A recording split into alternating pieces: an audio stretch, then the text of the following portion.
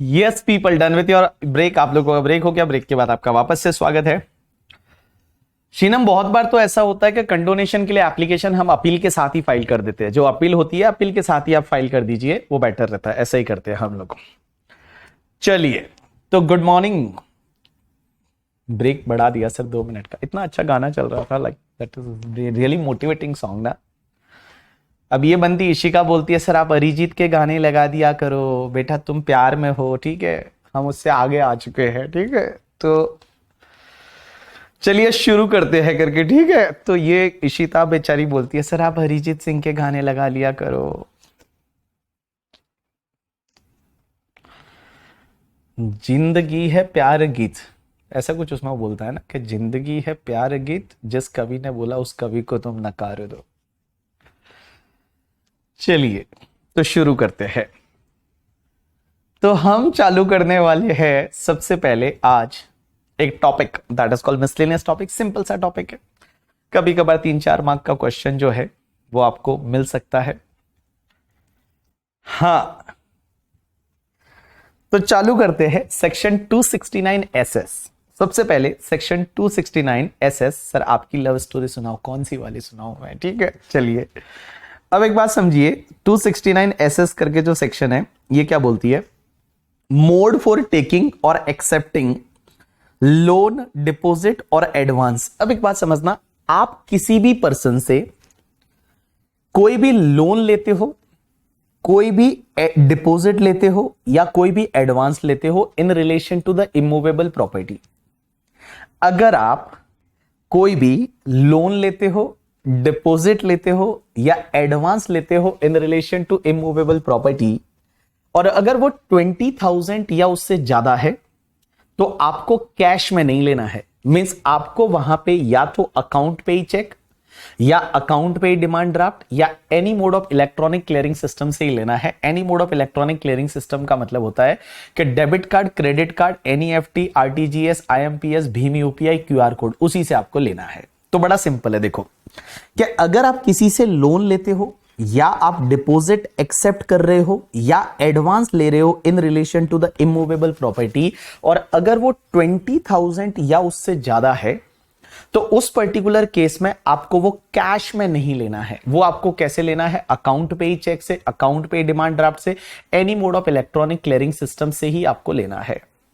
अगर आपने कैश में लिया तो इस सेक्शन का वायलेशन हो जाएगा, और अगर इस सेक्शन का वायलेशन हुआ तो एक सेक्शन 271 डी बोलती है कि जॉइंट कमिश्नर आप पे है ना 100% पेनल्टी लगा सकता है।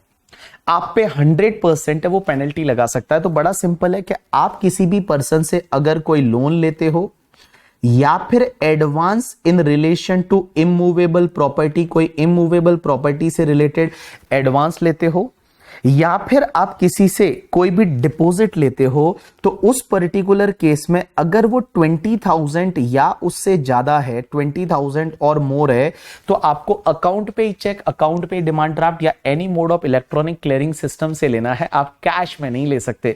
अगर आप कैश में लिया तो यहां पे वायलेशन हो जाएगा और 100% पेनल्टी लग जाएगी। अब यहां पे एक चीज समझना, बड़ा इंटरेस्टिंग है। हुआ क्या, एक बंदा है जिसका नाम है मिस्टर बीबी। अब एक बात समझिए, एक दूसरा बंदा है जिसका नाम है miss miss miss miss miss miss miss miss miss miss किसका नाम ले? इशिका। इशिका बोलती है मेरी है ना आपने नेशनल बेइज्जती कर दी करके, ठीक है। अब बेटा ऐसा ही होता है ना, नेशनल बेइज्जती तो तुम्हारी होनी है, वो तो कब से हो रही है करके, ठीक है, 3 महीने हो गए। तो मिस इशिका, इशिका क्या होता है, इशिका करके, ठीक है। तो मिस इशिका और यहां पे मिस्टर बीबी। अब हुआ क्या, मैंने क्या किया, मान लो इशिका से लोन लिया यहां पे, और इशिका से मैंने 15,000 रुपीज का कैश में लोन लिया। तो कैश में लोन लिया तो क्या इस सेक्शन का वायलेशन हुआ? आंसर इज 20,000 या उससे ज्यादा नहीं है। तो 20,000 या उससे ज्यादा नहीं है, यहां पे 20,000 या उससे ज्यादा नहीं है, तो इस सेक्शन का वायलेशन नहीं हुआ, चलेगा, इसमें कोई दिक्कत नहीं, कोई भी पेनल्टी नहीं लगेगी। अब एक बात समझना, ये जो मैंने इशिका से लोन लिया था ये 19 जुलाई 2023 को लिया था। थोड़े दिन के बाद मैंने क्या किया, वापस इशिका से लोन लिया। थोड़े दिन के बाद मैंने वापस इशिका से लोन लिया 17,000 का, और वो मैंने कैश में लिया। अब एक बात समझना, ये मैंने लिया 15 दिसंबर 2023, इशिका से ही मैंने लोन लिया, वापस कब लिया? 15 दिसंबर 2023। तो एक चीज समझना, यहां पे आपका अब यहां पे वायलेशन हुआ इस सेक्शन का या नहीं? Answer is yes. क्योंकि देखिए, अब आप जब लोन ले रहे हैं तो एक चीज ध्यान रखना, पुराना जो लोन लिया होता है या पुराना जो डिपॉजिट ले रखा होता है, पुराना जो एडवांस ले रखा होता है, वो भी उसमें कंबाइन होगा व्हाइल कैलकुलेटिंग द 20,000 का लिमिट। तो 20,000 का लिमिट कैलकुलेट करते टाइम जो पहले आपने लोन ले रखा है, पहले आपने जो डिपॉजिट ले रखा है, वो भी उसमें कंसिडर होगा। तो बाबू यहां पे 15,000 और उसके बाद में ये 17,000 जब मैं ये कैश में ले रहा हूं, तो उस टाइम पे देखना है कि पुराना आउटस्टैंडिंग कितना है, वो भी इस 20,000 की लिमिट में कंसिडर होगा। और 20,000 की लिमिट में कंसिडर होगा, इसका मतलब आपका कितना हुआ? 17,000 प्लस आपका 15,000, तो टोटल 32,000 हो गया। तो बेटा यहां 32,000 का मुझे पेनल्टी लग जाएगा, 32,000 रुपीज का पेनल्टी लग जाएगा। अब यहां पे एक चीज समझना, जो मैं बोलने जा रहा हूं ना, वो बड़ा ही खतरनाक सी चीज है। अभी आप अगर ध्यान नहीं दिया 1 मिनट में, तो आपका ये कॉन्सेप्ट चला जाएगा। इधर देखिए, और इसको लेके आपको एमसीक्यू आ सकता है। इधर देखिए, हुआ क्या?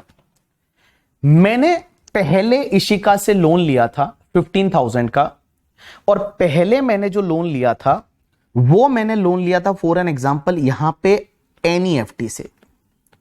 पहले मैंने लोन लिया था वो एनईएफटी से लिया था, और उसके बाद में अभी मैंने जो लोन लिया वो कैश में लिया। क्वेश्चन ही आता है, क्या ये सेक्शन का वायलेशन हुआ या नहीं हुआ? मतलब पहले जो मैंने लोन लिया था वो मैंने लोन 15,000 एनईएफटी से लिया था, लेकिन उसके बाद में जो 17,000 का मैंने जो कैश में लोन लिया, एक बात बताइए, इस सेक्शन का वायलेशन हुआ या नहीं? क्या यहां पे मुझे पेनल्टी पड़ेगी या नहीं पड़ेगी? राइट आंसर इज, देखो लॉ क्या बोलता है, जब भी आप किसी से डिपॉजिट लेते हो, लोन लेते हो, एडवांस लेते हो in relation to immovable property, वो अगर आप जब ले रहे हो ना, उस टाइम अगर आपको कैश में लिया है और बेटा 20,000 या उससे ज्यादा है एग्रीगेट का मतलब जो पुराना वाला जो है वो भी मिला के, तो यहां पे वायलेशन माना जाएगा और यहां पे आपको पेनल्टी पड़ेगी।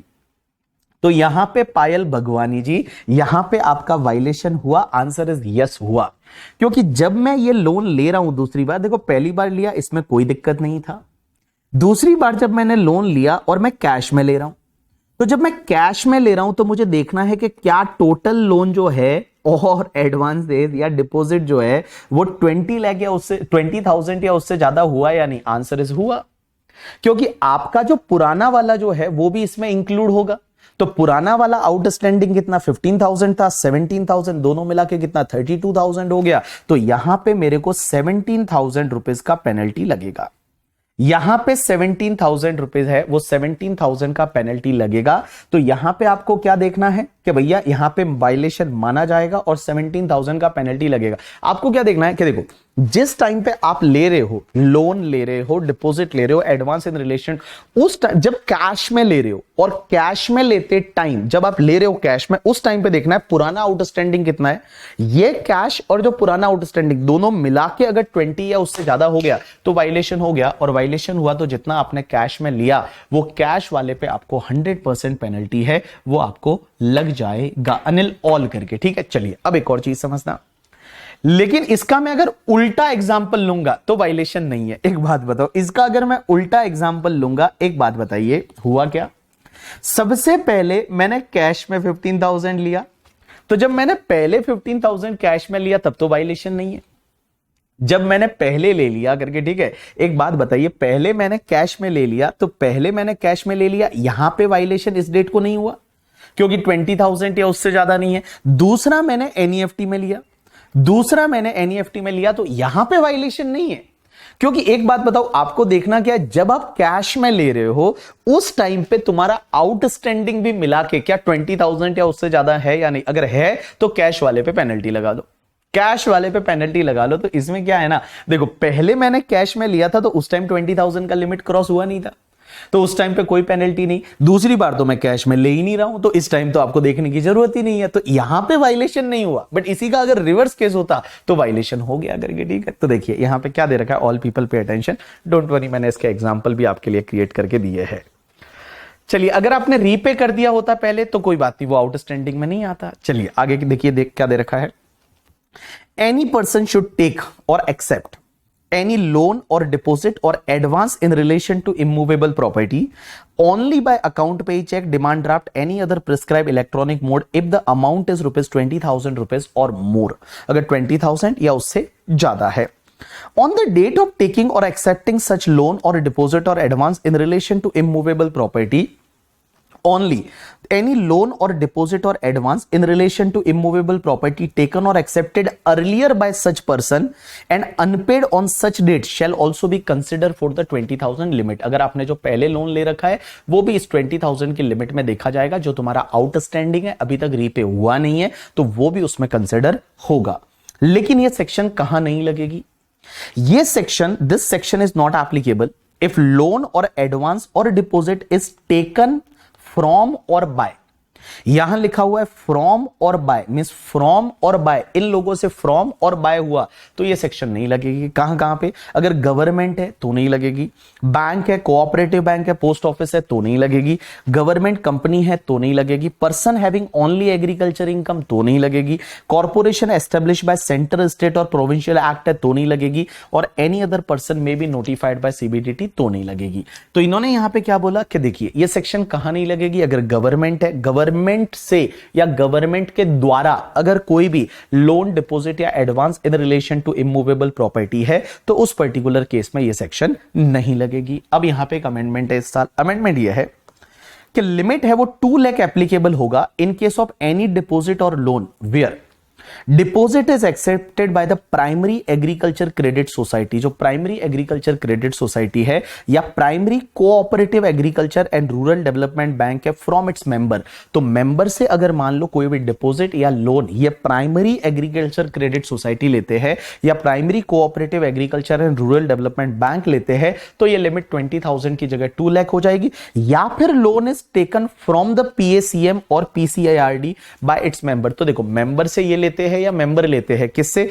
प्राइमरी एग्रीकल्चर क्रेडिट सोसाइटी या primary cooperative agriculture and rural development bank है, उससे उसके मेंबर या मेंबर से ये लेते हैं तो उस पर्टिकुलर केस में ये लिमिट 20,000 की जगह आपकी 2 लाख हो जाएगी करके। ठीक है, चलिए उसके बाद में पेनल्टी कितना लगेगा अगर वायलेशन हुआ तो?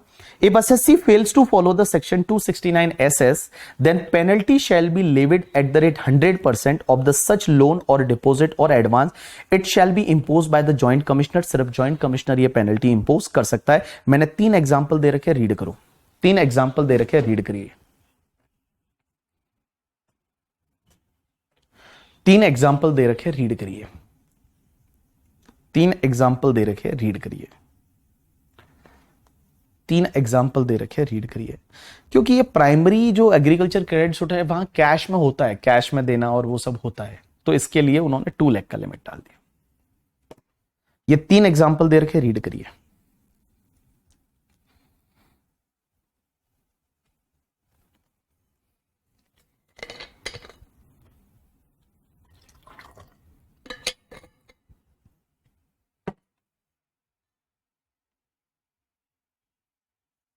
दर्शन पर्सन वाइज देखा जाएगा, पर्सन वाइज।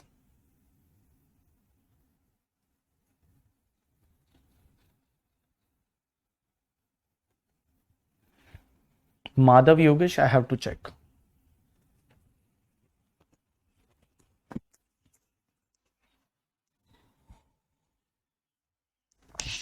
तीनों एग्जाम्पल हो गए तो बोलो डन।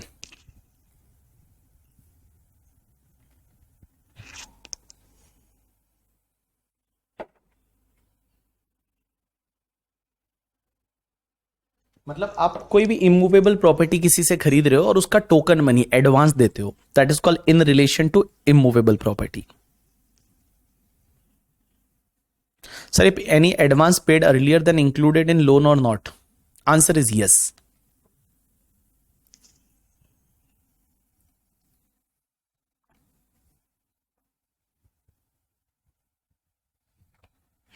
यस, आप रिलेटिव वगैरह से भी नहीं ले सकते, नहीं ले सकते। पता कैसे चलेगा? असेसमेंट में पता चलता है अगर ऐसा कुछ हुआ तो, कैश वगैरह का। अब देखो प्रैक्टिकल लाइफ में तो बड़ी दिक्कतें हैं, बट पता चला तो पेनल्टी लगेगी। चलिए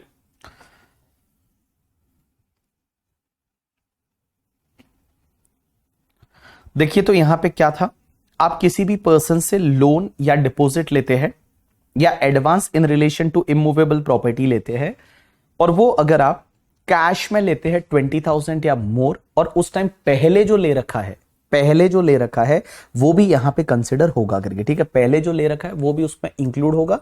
और अगर 20,000 या उससे ज्यादा का अभी आप जो ले रहे हैं वो कैश में ले रहे हैं तो यहां पे पेनल्टी लग जाएगी। चलिए, जेसी का मतलब जॉइंट कमिश्नर, आज ही पता चला क्या आपको? जेसी का मतलब जॉइंट कमिश्नर। 17,000 का पहले कैश दिया, फिर 13,000 किया, फिर से 1,000 किया, तो क्या इफेक्ट होगा? अरे 17,000 पहले कैश था क्या? पहले 17,000 कैश था, कुछ नहीं होगा। फिर 13,000 दिया तो पूरे 13 पे लग जाएगा, और 1,000 दिया तो उस पे भी लग जाएगा। चलिए, अरे भाई बियरर चेक नहीं इंक्लूड किया मतलब क्या हुआ? आपको सिर्फ अकाउंट पे ही चेक, अकाउंट पे डिमांड ड्राफ्ट है, any mode of electronic clearing system से ही पेमेंट करना है। क्या फालतू की बातें कर रहे हो? नहीं, आप यहां पे अकाउंट पे ही चेक, अकाउंट पे डिमांड ड्राफ्ट या any mode of electronic clearing system चलेगा, ठीक है। बियरर चेक तो इज लाइक अ कैश होता है ना यार, क्या पूछ रहे हैं?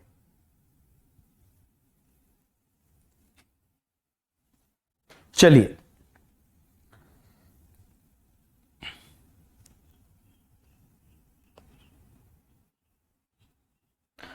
कपिल पहले 17,000 कैश लिया, फिर 13,000 एनईएफटी लिया, फिर 1,000 कैश लिया करके, ठीक है। तो यहां पे पेनल्टी लगेगी 18,000 पे। पहले 17,000 कैश लिया, कोई वायलेशन नहीं, 13,000 लिया, कोई वायलेशन नहीं, 1,000 लिया, वायलेशन हो जाएगा क्योंकि सब मिला के आपका हो गया। तो जो कैश वाला है उस पर पेनल्टी लगेगी। देखिए,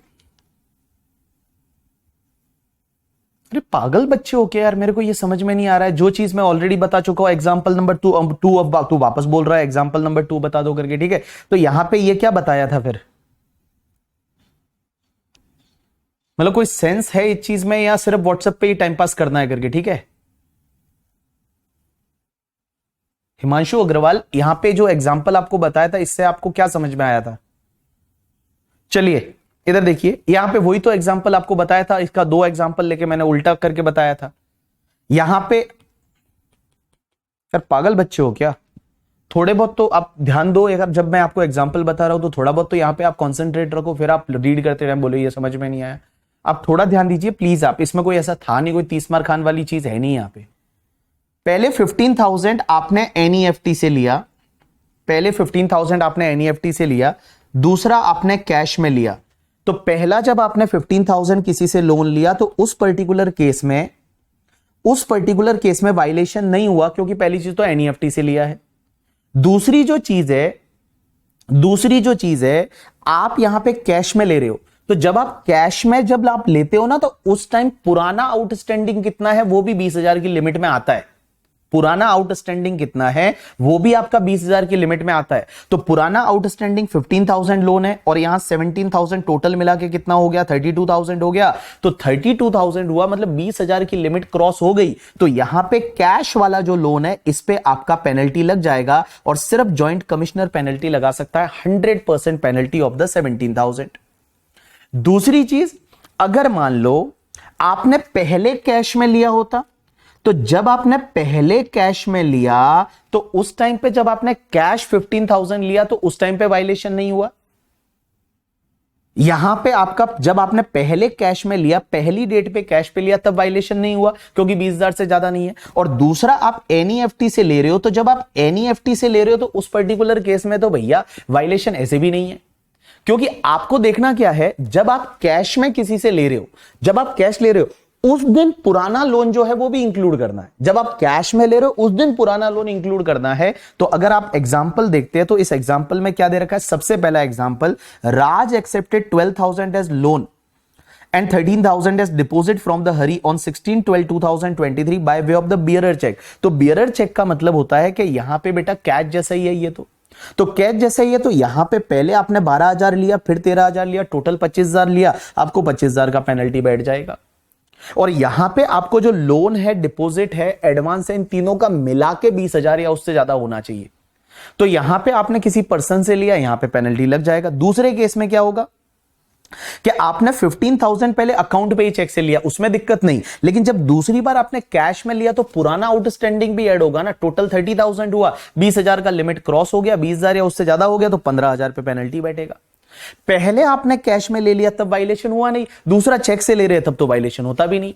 तो आपको यह देखना रहता है कि जब आप कैश में लेते हो, एक बात बताइए, जब आप कैश में लेते हो तो उस टाइम पे, जब आप कैश में ले रहे हो उस टाइम पे आपका आउटस्टैंडिंग कितना है वो भी आपको देखना पड़ेगा, उसको इंक्लूड करना पड़ेगा। वो टोटल मिला के अगर 20 या उससे ज्यादा है तो भैया कैश वाले पार्ट पे है, वो आपको जो कैश वाले पार्ट पे आपको पेनल्टी बैठ जाएगा। चलिए, this is the section 269 SS। अब आ जाइए सीधा सेक्शन 269 T पे। और सेक्शन 269 T क्या बोलती है?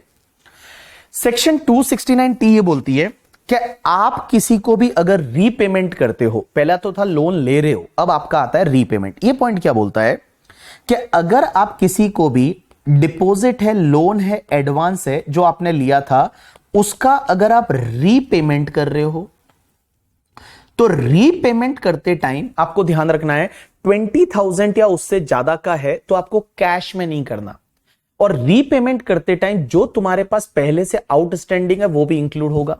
रीपेमेंट करते टाइम जो पहले से आपका आउटस्टैंडिंग है वो भी इंक्लूड होगा। अब यहां पे समझ लेना, नहीं तो वापस डाउट आएगा, ठीक है, और फिर एमसीक्यू आएगा एग्जाम में, फिर घूम जाओगे, बोलेगे ये क्या हुआ करके, ठीक है। इधर देख ले, अब देख लेना, ये जो मोबाइल पे बैठे रहते हैं करके शर्म आनी चाहिए, थोड़ा इधर देख लो करके, ठीक है। चलो इधर देखो, सबसे पहले यहां पे समझने की कोशिश करना, इधर देखना बेटा। जैसे मैं एक एग्जाम्पल लेता हूं, आप एग्जाम्पल से ध्यान देना। एक बंदा है जिसका नाम है मिस्टर बीबी, एक बंदा है जिसका नाम है मिस्टर राज। अब मैंने क्या किया, इस राज से लोन लिया था, राज से मैंने लोन लिया था, और लोन लिया था मैंने 1 लाख का, और ये मैंने लोन लिया था 1 लाख का NEFT से। तो NEFT से लिया था तो सीधी सी बात है 269 SS तो नहीं लगा, इस पे कोई वायलेशन नहीं है, कोई दिक्कत नहीं है करके, ठीक है। अब एक बात समझना, मैंने क्या किया, इसको कुछ टाइम के बाद यहां पे मैंने रीपे किया। ये लोन लिया था मैंने 19 अप्रैल 2023 को लोन लिया था, फिर मैं रीपे कर रहा हूं। अब एक बात समझना, रीपे करते टाइम पहले मैंने 40,000 उसको रीपे किया, वो NEFT से किया, कोई दिक्कत नहीं, मैंने NEFT से रीपे कर दिया, इसमें कोई दिक्कत नहीं, NEFT से रीपे कर सकते हैं, मैंने NEFT से रीपे किया 40,000। अब एक बात समझिए, थोड़े टाइम के बाद मैंने इसको और रीपे किया 15,000, लेकिन कैश में किया। अब एक बात समझिए, 15,000 कैश में किया रीपे, तो क्वेश्चन ये आता है कि अब ये वायलेशन होगा या नहीं। मैंने किया तो 15,000 है, लेकिन इसमें एक चीज समझना, उस दिन आपका आउटस्टैंडिंग लोन कितना है वो यहां कंसिडर होगा। ये जो 20,000 की लिमिट देखते टाइम उस दिन आपका आउटस्टैंडिंग लोन कितना है वो आपका कंसिडर होगा। तो मुझे एक बात बताइए, मेरा जो 1 लाख था वो 1 लाख का मैंने लोन लिया था, मैंने पहले 40,000 पे कर दिया। अब मुझे एक बात बताइए, ये 15,000 मैंने कैश में दिया, और उस दिन आपका आउटस्टैंडिंग लोन कितना है तो मुझे बताइए। मैं बताऊं, आपका 15,000 दे रहा हूं तो उसके बाद में आपका आउटस्टैंडिंग लोन जो बचता है वो कितना बचता है? 45 बचता है आई थिंक। तो 45,000 एंड बेटा 15,000 मिला के 60,000 हो गया, 60,000 हो गया। तो 60,000 हुआ, इसका मतलब यहां पे वायलेशन हुआ। और बेटा इस 15,000 जो है, इस 15,000 पे मुझे जेसी पेनल्टी लगा देगा 100% की पेनल्टी है, वो पेनल्टी यहां पे लग जाएगी। तो बड़ा सिंपल है कि देखो, जब आप किसी लोन को, डिपॉजिट को या फिर advance in relation to immovable property को रीपे कर रहे हो, तो रीपे करते टाइम आपको देखना है कि आपका आउटस्टैंडिंग और कितना है। वो आउटस्टैंडिंग की टोटल होगी इस रीपेमेंट के साथ, और अगर आपने कैश में पेमेंट किया तो आपको 271D में आपको पेनल्टी लग जाएगी, डी में नहीं लगेगी, 271E में पेनल्टी लगेगी, और 271E में आपको 100% है वो पेनल्टी आपको लगा देगा जॉइंट कमिश्नर। ये सिर्फ जॉइंट कमिश्नर है वो लगा सकता है। अब आप समझना एक और चीज, मैंने मान लो यहां पे कैश में पेमेंट नहीं किया, मैंने यहां पे ये वाला पेमेंट अगर कैश में किया होता तो बेटा इस कैश में 15,000 पे पेनल्टी लग जाती। आंसर इज यस, लग जाती, 15,000 की पेनल्टी लग जाती। लेकिन दूसरा, अब एक बात समझना, मैंने क्या किया, फॉर एन एग्जांपल पहले जो है 40,000 एनईएफटी से दिया, उसके बाद में मैंने यहां पे फॉर एन एग्जांपल 40 के बाद में मैंने यहां पे 45,000 और दिया आरटीजीएस से, चलो कोई दिक्कत नहीं। उसके बाद में मैंने अब बाकी वाला पैसा है वो कैश में दे दिया।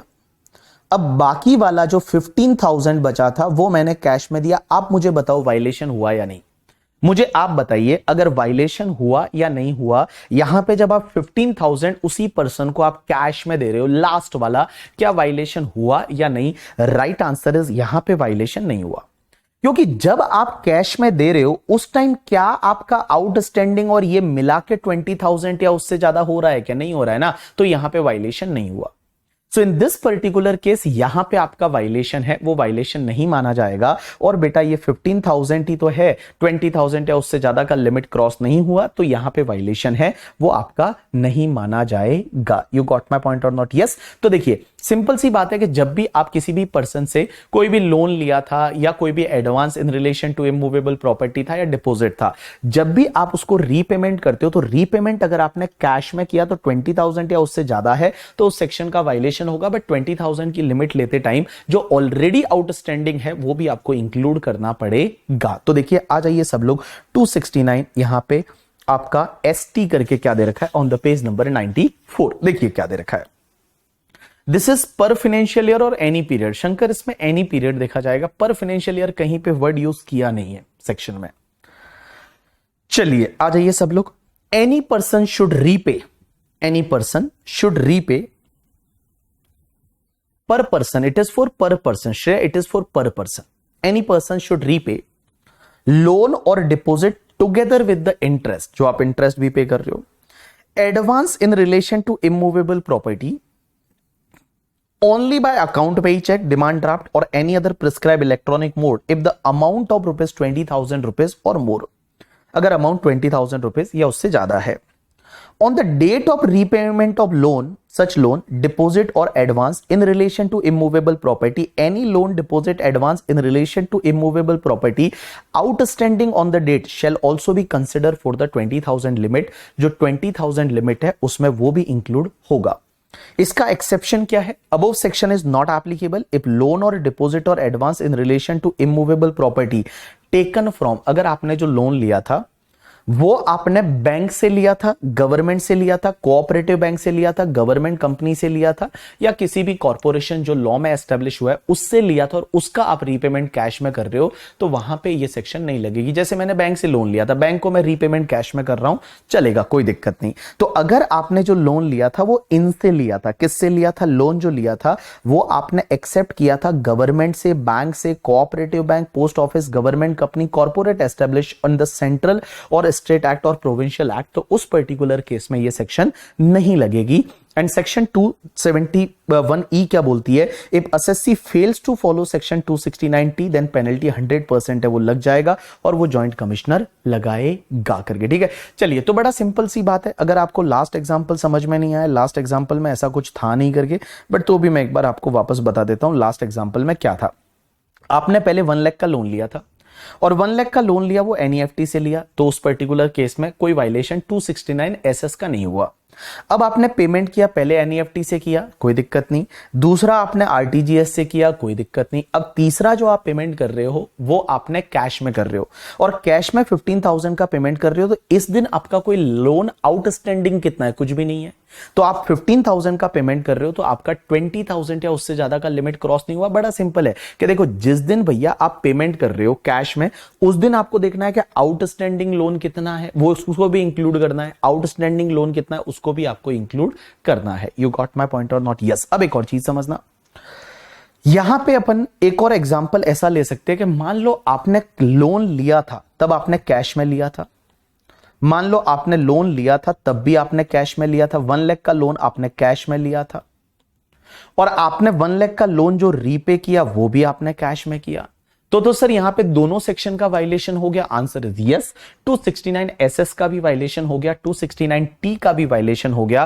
तो बेटा दोनों में पेनल्टी बैठेगी आपको 100% मींस 2 लाख रुपए का आपको पेनल्टी लगेगा। मींस आपने कैश में लोन लिया 1 लाख का, 269 एसएस का वायलेशन किया, और अगर आपने कैश में रीपेमेंट किया तो 269 टी का वायलेशन किया, और दोनों ही जगह आपको 2 लाख रुपए का पेनल्टी है वो आपको लग जाएगा करके, ठीक है। यहां पे 2 लाख रुपए का पेनल्टी आपको लग जाएगा। यू गॉट माई पॉइंट और नॉट? यस। तो देखो बड़ा सिंपल सी बात है, यहां पे एक बार मैं वापस से रिवाइज करा रहा हूं दोनों सेक्शन को, सुन लेना ध्यान से करके, ठीक है। देखो सबसे पहले 269 एसएस, 269 एसएस ये बोलती है कि भैया आप किसी भी पर्सन से, 269 एसएस ये बोलती है किसी भी एक पर्सन से आप कोई भी लोन या फिर आप डिपॉजिट या advance in relation to immovable property से रिलेटेड कोई एडवांस है, वो 20,000 या उससे ज्यादा का है तो आप कैश में नहीं ले सकते, लेकिन 20,000 की लिमिट कैलकुलेट करते टाइम जो आप पहले ऑलरेडी ले चुके हो वो भी उसमें कंसिडर होगा, जो पहले ऑलरेडी ले चुके हो वो भी उसमें कंसिडर होगा। यहां पे ये सेक्शन कहां कहां नहीं लगेगी, तो अगर मान लो कोई भी टेकन बाय या फ्रॉम है, वो कोऑपरेटिव बैंक है या फिर बैंक है या गवर्नमेंट है, पोस्ट ऑफिस है, गवर्नमेंट कंपनी है, person having only agriculture income है, या फिर कोई भी स्टेट या प्रोविंशियल या सेंट्रल एक्ट में कोई कॉर्पोरेशन एस्टेब्लिश है, उन पे ये नहीं लगेगा। उसके बाद यहां पे जो तुम्हारा प्राइमरी एग्रीकल्चर क्रेडिट सोसाइटी है या primary cooperative agriculture rural development bank है, वहां लिमिट 2 लाख की हो जाएगी। उसके बाद 269 टी क्या बोलता है कि आपने कोई लोन वोन पहले लिया होगा, वो किसी भी मोड से लो, अब आप रीपे कर रहे हो, तो रीपे करते टाइम आप अगर 20,000 या उससे ज्यादा का रीपे कर रहे हो, रीपे आप कितना भी कर रहे हो, ठीक है, अगर 20,000 या उससे ज्यादा का कैश में कर रहे हो तो वहां पे ये सेक्शन लगेगी। लेकिन एक चीज ध्यान रखना, ये 20,000 की लिमिट लेते टाइम आपको पुराना भी इंक्लूड करना पड़ेगा। मैंने किसी से लोन 1 लाख का लिया था और वो नॉर्मल एनईएफटी से लिया था, आज मैं 5,000 रीपे कर रहा हूं कैश में, तो बेटा इस पे पेनल्टी लगेगी, क्योंकि आउटस्टैंडिंग अमाउंट कितना है 95, तो 95 और 5 कितना 1 लाख हो गया, 20,000 या उससे ज्यादा है तो यहां पे पेनल्टी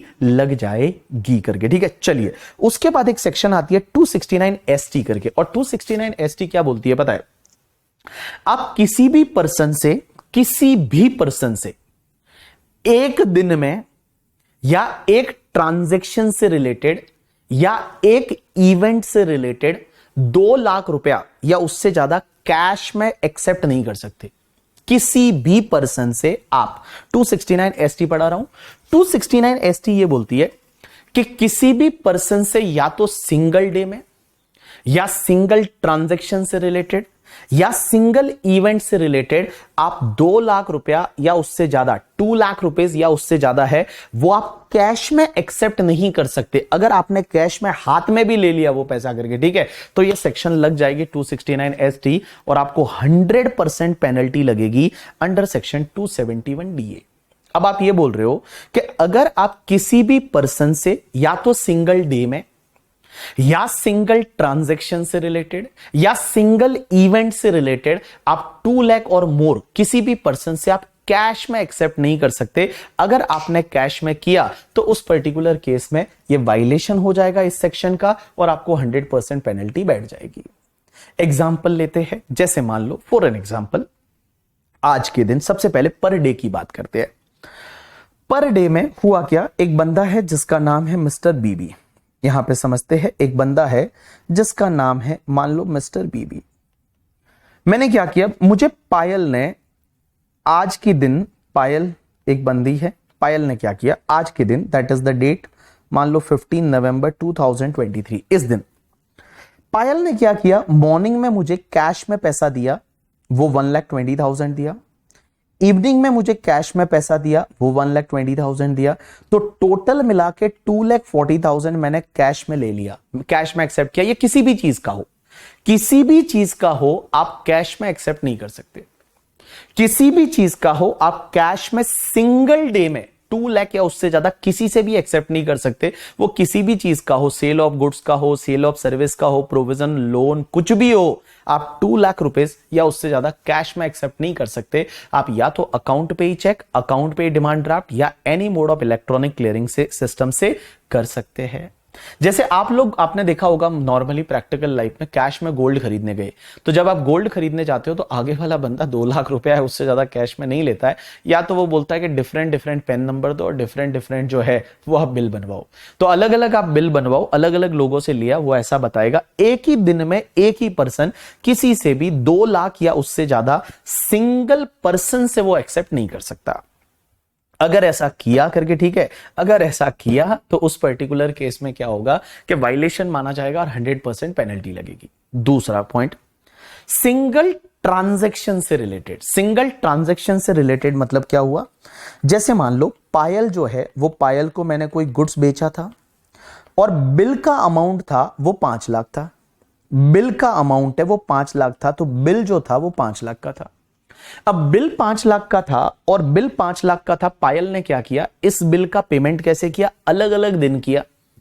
अलग अलग दिन किया मींस इसने क्या किया, सबसे पहले 15 नवंबर को 1 लाख का पेमेंट किया, उसके बाद 16 नवंबर को 1 लाख का पेमेंट किया, उसके बाद 17 नवंबर को 1 लाख का पेमेंट किया, 18 नवंबर को 1 लाख का पेमेंट किया, 19 नवंबर को 1 लाख का पेमेंट किया। तो पायल बोलती है मैं तो अलग अलग दिन पेमेंट कर रही हूं और आपको जो रिसीव हो रहा है वो अलग अलग दिन हो रहा है, लेकिन ट्रांजैक्शन सेम था ना। अगर सिंगल ट्रांजैक्शन है तो सिंगल ट्रांजैक्शन से रिलेटेड आप 2 लाख या उससे ज्यादा का कैश में पेमेंट है वो एक्सेप्ट नहीं कर सकते। सिंगल ट्रांजैक्शन से रिलेटेड आप 2 लाख या उससे ज्यादा का कैश में पेमेंट एक्सेप्ट नहीं कर सकते, भले आपने ये डेज अलग अलग की है बट ट्रांजैक्शन एक है, बिल एक है, तो उस पर्टिकुलर केस में ऐसा वायलेशन माना जाएगा और यहां पेनल्टी बैठ जाएगी। तीसरा, अगर सिंगल इवेंट से रिलेटेड, इवेंट का मतलब क्या होता है, जैसे अपन एक एग्जांपल लेते हैं कि पायल की शादी करवानी है। अब पायल की शादी करवानी है तो शादी एक इवेंट हो गई। शादी जो है वो शादी क्या है, शादी इवेंट है। अब शादी एक इवेंट है तो सबसे पहले हम गए एक होटल में गए और उस होटल वाले को बोला कि हमको यहां शादी करवानी है, तो हमको इसका जो क्या बोलते हैं हॉल भाड़े पे चाहिए। तो उसने बोला ठीक है। अब वही बंदा जो है उसने हमको हॉल दे दिया, बोला हॉल का भाड़ा कितना है, तो हॉल का भाड़ा है वो मान लो 1 लाख है। तो हमने कैश में पेमेंट करके आ गए और 1 लाख उसको कैश में पेमेंट किया। फॉर एन एग्जांपल 29 फेब 2024 को, 29 फेब 2024 को कैश में पेमेंट किया हॉल के टूवर्ड्स, ठीक है। थोड़े दिन बाद हमको लगा कि हॉल में डेकोरेशन भी चाहिए, अब पायल की शादी है तो डेकोरेशन भी चाहिए, तो उसी बंदे को बोला कि हमको डेकोरेशन करके और दे। तो डेकोरेशन के लिए उसको हमने कैश में पेमेंट किया 60,000 का और वो हमने किया 5 मार्च 2024 को। उसके बाद डेकोरेशन हो गया, उसके बाद हमको खाने वाले का भी पेमेंट चाहिए और पायल की शादी है वो मान लो 29 मार्च को है, तो हमने उसी को दिया केटरिंग का कॉन्ट्रैक्ट और उसको कैश में पेमेंट किया। वो मान लो 70,000 का पेमेंट किया, तो 70,000 का उसको कैश में पेमेंट किया 6 मार्च 2021 को। देखो डेट अलग अलग है, ट्रांजैक्शन भी अलग अलग है, बट इवेंट तो एक है ना, शादी। पायल की शादी जो है वो पायल की शादी एक है करके, ठीक है। तो पायल की शादी जो है वो शादी एक है, तो अगर आप कैश में पेमेंट है वो एक्सेप्ट करेगा वो बंदा, क्योंकि इवेंट एक है और उसने 2 लाख या उससे ज्यादा का एक्सेप्ट किया, तो इस सेक्शन का वायलेशन हो जाएगा और जैसे ही सेक्शन का वायलेशन हो गया तो 100% पेनल्टी उसको लग जाएगी। तो इन सिंपल वर्ड में आपको बताऊं ना, 269 एसटी क्या बोलती है कि सिंगल डे में किसी भी पर्सन से आप 2 लाख या उससे ज्यादा कैश नहीं ले सकते, या फिर सिंगल ट्रांजैक्शन से रिलेटेड 2 लाख या उससे ज्यादा कैश नहीं ले सकते, या सिंगल इवेंट या ओकेजन से रिलेटेड आप 2 लाख या उससे ज्यादा कैश है वो एक्सेप्ट नहीं कर सकते। अगर आप ऐसा करते हैं तो इस सेक्शन का वायलेशन होगा और अगर वायलेशन हो गया तो आपको 100% पेनल्टी है वो बैठ जाएगी। तो देखिए 269 एसटी बोलती क्या है, तो 269 एसटी है वो क्या बोलती है समझना। एनी पर्सन अगर किसी और को कॉन्ट्रैक्ट दिया, जैसे फूड का कॉन्ट्रैक्ट किसी और को दिया तो दिक्कत नहीं है ना, तो दिक्कत नहीं। आप सेम पर्सन से, एक ही पर्सन से आप 2 लाख या उससे ज्यादा कैश में एक्सेप्ट नहीं कर सकते इन अ सिंगल डे या सिंगल ट्रांजैक्शन से रिलेटेड या सिंगल लाइक इवेंट से रिलेटेड। तो देखिए any person should not received any amount of 2 lakh or more except account pay check or account pay demand draft or any mode of electronic clearing system in aggregate from a person in a day। from एक person से एक दिन में नहीं ले सकते। दूसरा, in respect of single transaction, एक ट्रांजैक्शन से रिलेटेड नहीं ले सकते, या फिर in respect of transaction relating to the one event और ओकेजन फ्रॉम अ पर्सन। लेकिन यहां पे कुछ एक्सेप्शन है, वो एक्सेप्शन पहले अपन पढ़ते हैं। 269ST नहीं लगेगा in the following cases if any receipt by government, अगर गवर्नमेंट कैश लेती है चलेगा कितना भी, या बैंक कैश लेती है, पोस्ट ऑफिस कैश लेती है, कोऑपरेटिव बैंक कैश लेती है। अब एक बात बताओ, जैसे बैंक में कैश डिपॉजिट कराने गए तो बैंक ने तो एक्सेप्ट किया ना कैश। एक बात बताओ, जैसे ही आप कैश डिपॉजिट कराने जाओगे तो बैंक तो कैश लेगी, 10 लाख डिपॉजिट कराने गए तो बैंक ने तो कैश लिया एक दिन में, तो क्या बैंक पे ये सेक्शन लग जाएगी? Answer is no. तो अगर कैश है वो एक्सेप्ट कर रहा है, रिसिप्ट कर रहा है, वो government bank, post office, cooperative bank कर रही है तो नहीं लगेगा। या फिर कोई भी ट्रांजैक्शन ऑलरेडी 269SS में कवर हो गया। अब मैंने किसी से 3 लाख का लोन लिया है कैश में, अब कैश में लोन एक्सेप्ट किया तो उस पे तो 269SS लग गया ना। तो 269SS जब 3 लाख का कैश में लोन लिया तो ऑलरेडी 269SS लग चुका है, तो क्या यहां पे 269ST भी लगेगा क्या? आंसर इज नो, 269ST नहीं लगेगा। या such other person notified by central government. अब एक बात समझना, यहां पे पहले तो ये लिखा हुआ था कि any receipt by the bank, अगर बैंक में कैश डिपॉजिट कराओगे तो बैंक वाले 2 लाख या उससे ज्यादा एक्सेप्ट कर सकते हैं।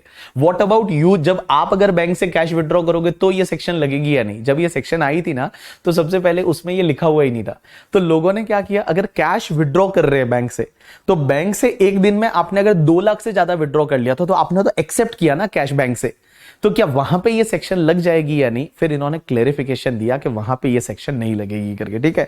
तो देखिए, पहला cash withdraw from the bank या फिर कोऑपरेटिव बैंक या पोस्ट ऑफिस। तो अगर आपने बैंक से, कोऑपरेटिव बैंक से या पोस्ट ऑफिस से कैश विड्रॉ किया, उस पे ये सेक्शन नहीं लगेगी।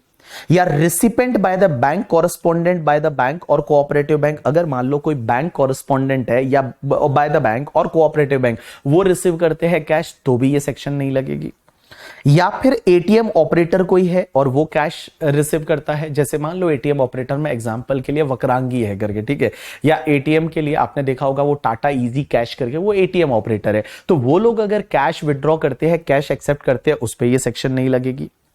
या receipt from the agent by the issuer of the prepaid payment instrument, अगर मान लो receipt from a agent by a issuer of the prepaid payment instrument. Prepaid payment instrument का मतलब होता है, जैसे मान लो कोई फॉरेन जाना चाहता है, मैं फॉरेन जाना चाहता हूं तो मेरे को एक चेक लगता है कि मैं उससे पेमेंट वगैरह खरीद सकूं, तो मैंने क्या किया, किसी बैंक से, फॉर एन एग्जांपल यहां पे मैंने किसी बैंक को बोला, और बैंक जो है वो बैंक मैंने एक एजेंट के थ्रू एक एजेंट को बोला कि मुझे प्रीपेड इंस्ट्रूमेंट चाहिए, तो मैंने वो प्रीपेड इंस्ट्रूमेंट है उससे खरीदा और वो उस पर्सन ने आगे बैंक को पेमेंट किया, तो उस पर्टिकुलर केस में बैंक वगैरह है वो एक्सेप्ट कर सकता है। तो यहां पे receipt from an agent by the issuer of the prepaid payment instrument, जैसे फॉर एन एग्जांपल के लिए मान लो पेटीएम ने एक ऐसा कोई प्रीपेड इंस्ट्रूमेंट है वो इशू किया, तो पेटीएम ने प्रीपेड इंस्ट्रूमेंट किया, ट्रेवलर चेक जैसा ही होता है, तो पेटीएम ने क्या किया, मान लो प्रीपेड इंस्ट्रूमेंट इशू किया।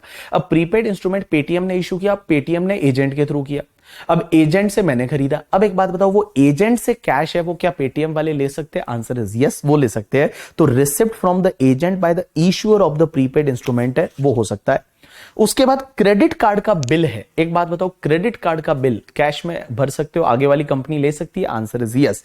तो देखिए, receipt by the credit card company against the bill raise in respect of one और मोर क्रेडिट कार्ड। तो जैसे मेरा अमेरिकन एक्सप्रेस का क्रेडिट कार्ड है, अब अमेरिकन एक्सप्रेस का जो क्रेडिट कार्ड है, वो अमेरिकन एक्सप्रेस का जो क्रेडिट कार्ड है उसका कैश में बिल मैंने 3 लाख भरा, क्या चलेगा? वो लोग ले सकते हैं? आंसर इज यस, वो लोग ले सकते हैं। उसके बाद receipt of the award from the government, अगर भारत रत्न आपको मिल गया, जैसे मान लो ऐश्वर्या है, ऐश्वर्या को है कम से कम भारत रत्न तो चाहिए ही करके, ठीक है, ऐश्वर्या जो है वो ऐश्वर्या को भारत रत्न मिल गया, तो भारत रत्न में सिर्फ आपको ऐसा वो रत्न नहीं मिलता है, उसके साथ साथ पैसा भी मिलता है, और गवर्नमेंट आपको कैश में पैसा देती है, तो क्या उस पर्टिकुलर केस में ये वायलेशन माना जाएगा? आंसर इज नो, ये वायलेशन नहीं माना जाएगा और उस पर्टिकुलर केस में ये चलेगा करके, ठीक है। तो देखिए, मैंने क्या बोला, ये सेक्शन पहले तो क्या बोलती है कि भैया आप किसी भी एक दिन में किसी एक पर्सन से, किसी भी एक ट्रांजैक्शन से रिलेटेड या एक इवेंट से रिलेटेड आप जो है वो कैश में 2 लाख या उससे ज्यादा एक्सेप्ट नहीं कर सकते। मींस 2 लाख या उससे ज्यादा है तो अकाउंट पे चेक, अकाउंट पे demand draft, any mode of electronic clearing system. लेकिन कुछ कुछ लोग कर सकते हैं। कौन? एक तो बैंक जो है वो एक्सेप्ट कर सकती है, गवर्नमेंट कर सकती है, पोस्ट ऑफिस कर सकती है, कोऑपरेटिव बैंक कर सकती है, या जो ट्रांजैक्शन ऑलरेडी 269 एसएस में कवर हो जाता है। जैसे आपने कैश में लोन लिया 3 लाख का, तो जब वो ऑलरेडी उधर कवर हो गया है तो यहां पे भैया चलेगा, यहां पे वो एक्सेप्ट, यहां पे वापस नहीं लगेगा। दूसरी चीज, अगर आप बैंक से कैश विड्रॉ करते हो, पोस्ट ऑफिस से कैश विड्रॉ करते हो, या फिर कोऑपरेटिव बैंक से आप कैश विड्रॉ करते हो, चलेगा। या फिर कोई बैंक कॉरेस्पॉन्डेंट है वो कैश विड्रॉ करता है तो चलेगा। या फिर एटीएम ऑपरेटर जो है वो कैश है वो एक्सेप्ट कर सकते हैं। या फिर जो एजेंट जिसने प्रीपेड इंस्ट्रूमेंट इशू किया था उसका जो एजेंट है, वो एजेंट से वो जो कंपनी है वो कैश एक्सेप्ट कर सकती है।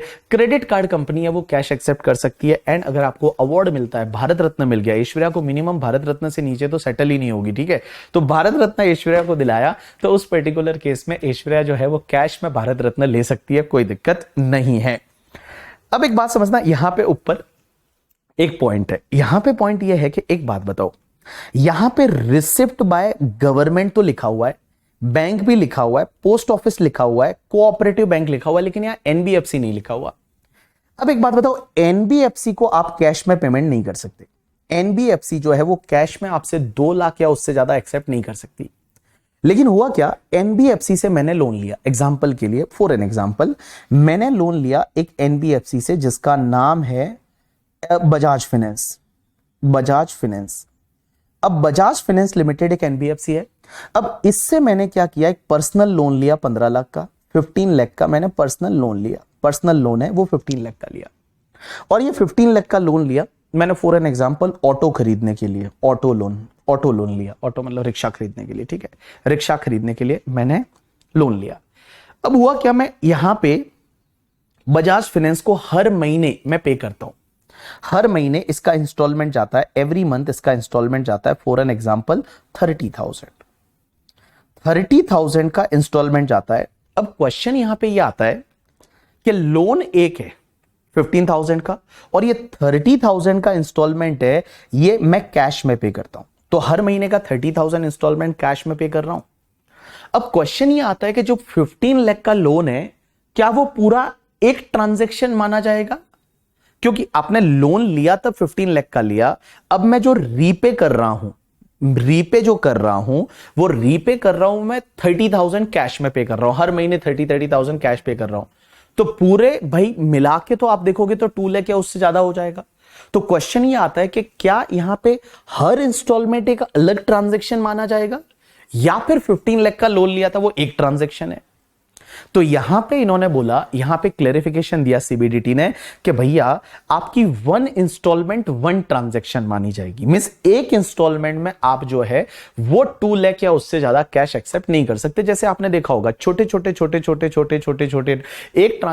आप छोटे छोटे ऑटो वाले, अब एक बात बताओ, ऑटो वाले लोन होते हैं जो ऑटो लोन वगैरह होते हैं वो एनबीएफसी से लेते हैं, अब वो बेचारे पता है कैश में हर महीने जाके भरते हैं, तो कैश में हर महीने भरते हैं तो आपका पूरा लोन एक ट्रांजैक्शन नहीं माना जाएगा, हर इंस्टॉलमेंट एक ट्रांजैक्शन मानी जाएगी, हर इंस्टॉलमेंट एक ट्रांजैक्शन मानी जाएगी। तो मैं 30,000 रुपीज कैश में पे करूंगा, चलेगा। अब पूरा मिला के मैंने हो सकता है उनको 17,000 पे कर दिया, इंटरेस्ट मिला के, तो वो चलेगा, कोई दिक्कत नहीं है, हर एक इंस्टॉलमेंट एक अलग ट्रांजैक्शन माना जाएगा करके, ठीक है।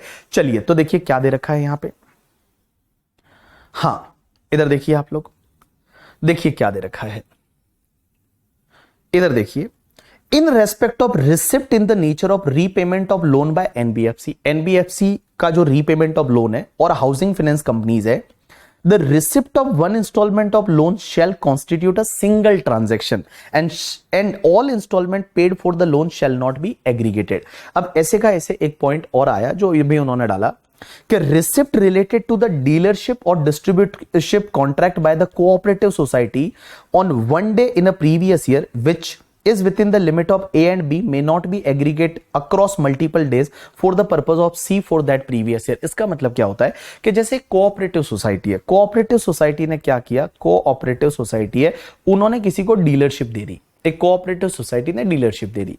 अब डीलरशिप दे दी और उससे क्या हो रहा है, पूरे साल में उसको जो कैश में पैसा मिल रहा है, पूरे साल में कैश में पैसा मिल रहा है। अब क्वेश्चन ये आता है कि पूरे साल का जो कैश का पैसा मिला क्या उसको 1 इवेंट मानेंगे या 1 ओकेजन मानेंगे, क्योंकि डीलरशिप अग्रीमेंट तो एक है। तो यहां पे हुआ क्या कि फॉर एन एग्जांपल यहां पे कोऑपरेटिव सोसाइटी है, और कोऑपरेटिव सोसाइटी ने क्या किया, कोऑपरेटिव सोसाइटी ने किसी को कोई डीलरशिप दे दी। एक एग्जांपल लेते हैं, समझने की कोशिश करते हैं। इधर देखिए, जैसे फॉर एन एग्जांपल एक कोऑपरेटिव सोसाइटी है और ये cooperative society for an example sugar बेचती है। तो शुगर के लिए उन्होंने किसी को डीलरशिप दे दी, और किसी को डीलरशिप दे दी, मान लो एम के एंटरप्राइज को डीलरशिप दे दी शुगर के लिए। अब उसको बोला 1 साल का अग्रीमेंट है, डीलरशिप का अग्रीमेंट है। अब हुआ क्या, ये डीलरशिप अग्रीमेंट में इन्होंने बोला कि भैया आप इसको पेमेंट करिए।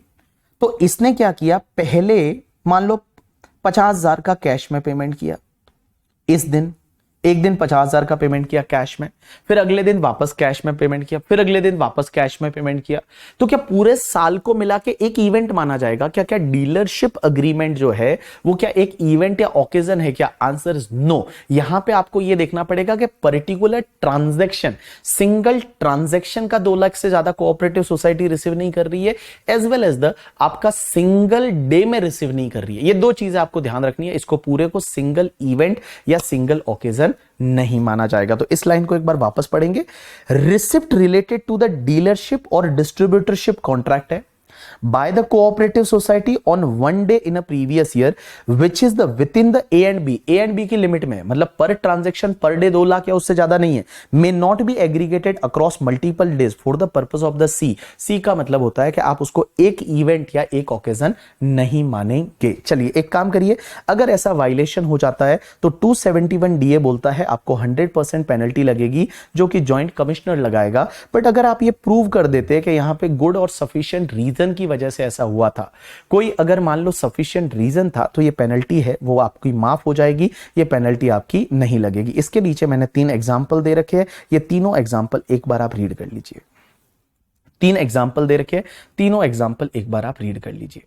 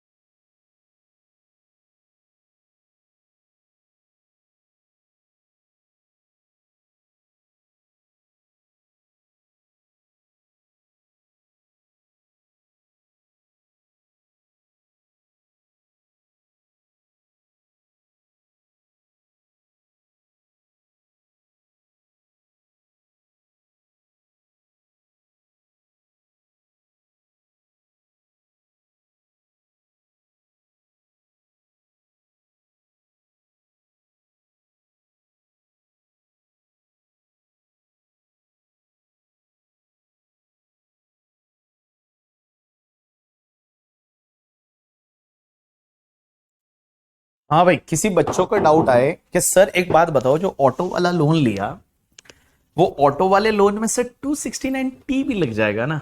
कि अगर चलो आप बोल रहे हो हर इंस्टॉलमेंट है, वो 30,000 की कैश में पे कर रहे हो, 269ST तो नहीं लगेगा, बट टी लग जाएगा ना? आंसर इज यस, लग जाएगा। क्या दिक्कत है? टी लगेगा, टी लग जाएगा, क्योंकि आप लोन जो है उसका रीपेमेंट कर रहे हो। यहां पे भी एनबीएफसी को कहां पे उन्होंने एक्सेप्शन में डाला है? नहीं डाला है। तो 269S मतलब टी लग जाएगा। बट आपको क्या लगता है कि एक ऑटो वाला बंदा है, उस पर पेनल्टी लगाई जाएगी 269T में? आपको क्या लगता है कि क्या एक ऑटो वाला जो बंदा है उस पे जो पेनल्टी है वो पेनल्टी लगाई जाएगी? डिफरेंट डिफरेंट पर्सन से आप सिंगल डे में 2-2 लाख रुपए तक ले सकते हो, कोई दिक्कत। एक ऑटो वाले बंदे पे 269T में पेनल्टी लगाना is very difficult for the government. But अगर आप देखोगे तो या 269T लग जाएगा। 269 ये बेसिकली कहां लगाते हैं? जहां टैक्स ऑडिट वगैरह होती है उन लोगों में ये सब चीजें देखी जाती है। मैं वही बोल रहा हूं, जीत के जो बड़े बड़े केसेस होते हैं ना, वहां पे ये लगता है। हाँ, 269SS जो है वो SS तो अगर आप लोन लेते हो तो लगता है ना, रीपेमेंट के टाइम पे नहीं लगेगा ना। अरे भाई, बट वो लोन और डिपॉजिट में तो आ जाएगा ना, इमूवेबल में नहीं आएगा ललित। दैट लोन और डिपॉजिट था करके, ठीक है, वो सिर्फ advance in relation to immovable property. हाँ, 40A3 वगैरह वो तो चेक करना ही पड़ेगा करके, ठीक है। ये सिर्फ टैक्स ऑडिट में होता है, मतलब छोटे से ऑटो के केस में कहां वो तुम देखने जाओगे। चलिए अब अपन आगे बढ़ते हैं, जितना बड़ा है नहीं उसके लिए इतना टाइम ले रहे हैं। चलिए अब एक बार, हॉस्पिटल ऑपरेशन के 2 लाख से ज्यादा कैश लेते हैं, हाँ, वॉयलेटिंग द रूल, नहीं ले सकते वो कैश। हॉस्पिटल वाले भी 2 लाख या उससे ज्यादा का कैश नहीं ले सकते एक साथ में। अगर ये लेते हैं तो दिक्कत है। तीसरा वो शादी वाला, इशिका तीसरा जो है वो शादी वाला, मैंने बोला था ना शादी के केस में आपका अलग अलग बिल है, अलग अलग डे है, बट इवेंट एक है, तो उस पर्टिकुलर केस में ये सेक्शन लग जाएगी। अब एक बात समझना, एक सेक्शन है 269SU। 269SU क्या बोलती है बताए? कि अगर आपका लास्ट ईयर का टर्नओवर 50 करोड़ से ज्यादा है, लास्ट ईयर का टर्नओवर है वो आपका 50 करोड़ से ज्यादा है, तो आपको है ना अपने कस्टमर को डेबिट कार्ड रुपे से पेमेंट करने का फैसिलिटी, भीम यूपीआई का फैसिलिटी और क्यूआर कोड का फैसिलिटी देना पड़ेगा। अगर आपने नहीं दिया तो आपको हर दिन का 5,000 रुपए का आपको पेनल्टी लगेगा। देखिए बड़ा सिंपल सेक्शन है। ये सेक्शन ये बोलती है कि अगर मान लो आप जो है आपका लास्ट ईयर का टर्नओवर है वो 50 करोड़ से ज्यादा है, आप बड़े एसएससी हो, लास्ट ईयर का टर्नओवर 50 करोड़ से ज्यादा है, तो आपको ऐसी पेमेंट रिसीव करने की ये 3 फैसिलिटी मैंडेटरी रखवानी ही पड़ेगी। एक तो आपको डेबिट कार्ड रुपए वाला, दूसरा आपका भीम यूपीआई और तीसरा आपका क्यूआर कोड। अगर आपने ये नहीं रखा तो आपको 5,000 रुपया पर डे का पेनल्टी आपको लग जाएगा। आपको 5,000 रुपया पर डे का पेनल्टी है वो आपको लगेगा। तो देखिए क्या दे रखा है, पर्सन कैरिंग ऑन बिजनेस, अगर आप बिजनेस करते हो जैसे पेट्रोल पंप वाले वगैरह है, तो पेट्रोल पंप वालों का लास्ट ईयर का टर्नओवर 50 करोड़ से ज्यादा है, वहां पे उनके पास ये 3 फैसिलिटी तो होनी ही चाहिए, debit card powered by RuPay, UPI Bhim UPI वाला एंड यूपीआई क्यूआर कोड वाला, ये होना ही चाहिए। अगर वो नहीं है तो उनको हर दिन का 5,000 रुपए का पेनल्टी लगेगा। तो देखिए क्या दे रखा है, if any person carrying on the business shall provide facility for accepting payment through the prescribed electronic mode if his turnover of the last year is more than 50 crore rupees. पहला, if assessee fails to follow the section 269 SU, then he shall be liable to pay the penalty a sum of 5,000 for every day during which such failure continue. It shall be imposed by the joint commissioner. joint commissioner penalty लगा सकता है। और यहाँ पे prescribe mode में क्या क्या है भाई, डेबिट कार्ड रुपए वाला, as well as unified payment interface UPI Bhim UPI and unified payment interface QR code, जो QR कोड है वो आपको 3 फैसिलिटी देनी पड़ेगी। ऐसा तीनों देनी पड़ेगी, आप ऐसा नहीं कि 3 में से एक, तीनों देनी पड़ेगी। आप एक बात बताओ, अगर आप बिजनेस करते हो, लास्ट ईयर का टर्नओवर 50 करोड़ है इससे ज्यादा है, तो उसको ये फैसिलिटी पेमेंट एक्सेप्ट करने की देनी ही पड़ेगी। अगर वो नहीं दे रहा है तो भाई साहब उसको हर दिन का 5,000 रुपए का पेनल्टी लग जाएगा, हर दिन का उसका 5,000 रुपए का पेनल्टी लग जाएगा करके, ठीक है। चलिए उसके बाद में एक सेक्शन आती है 68, that is called cash credit. ये सेक्शन क्या बोलती है, डीम्ड इनकम होती है सेक्शन 68 से लेके और 69D में।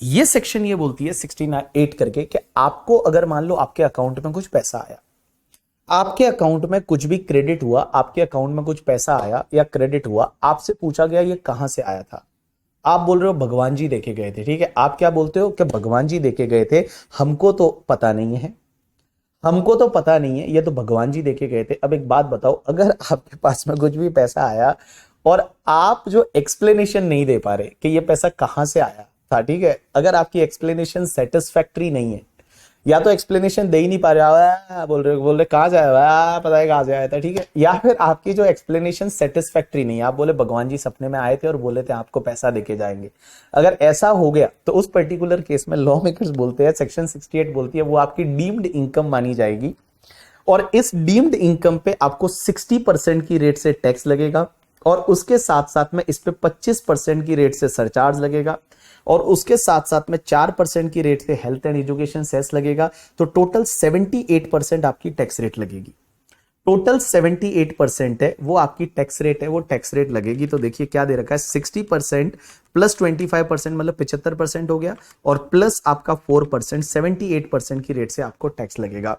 तो सेक्शन 68 क्या बोलती है कि अगर आपके पास में कोई भी ऐसा क्रेडिट हुआ, आपकी बुक्स में पैसा आया या कुछ भी हुआ क्रेडिट, और आप जो है बता नहीं पा रहे हो कि ये पैसा कहां से आया, आप बोल रहे हो मोदी जी ने 15 लाख दिया है, ठीक है, तो वैसा नहीं चलेगा, मोदी जी नहीं देने वाले। अगर आप ऐसा करते हो तो ये आपका उस पर्टिकुलर केस में क्या होगा, उस पर्टिकुलर केस में ये मान लिया जाएगा आपकी डीम्ड इनकम है, और भैया इस पे टैक्स लगेगा 78%। एक बात बताओ, इसमें टैक्स पहले कितना था पता है, पहले 30% था, पहले इस सेक्शन में टैक्स है वो सिर्फ 30% था, फिर हुआ डीमोनेटाइजेशन। तो डीमोनेटाइजेशन में लोगों ने क्या सोचा कि अपन बैंक में पैसा डाल देते, और बैंक में पैसा डाल के और बोलेंगे, क्या बोलेंगे भाई, ज्यादा से ज्यादा क्या बोलेंगे कि भाई ये तो पता नहीं कहां से आया, तो ज्यादा से ज्यादा 30% टैक्स लगेगा।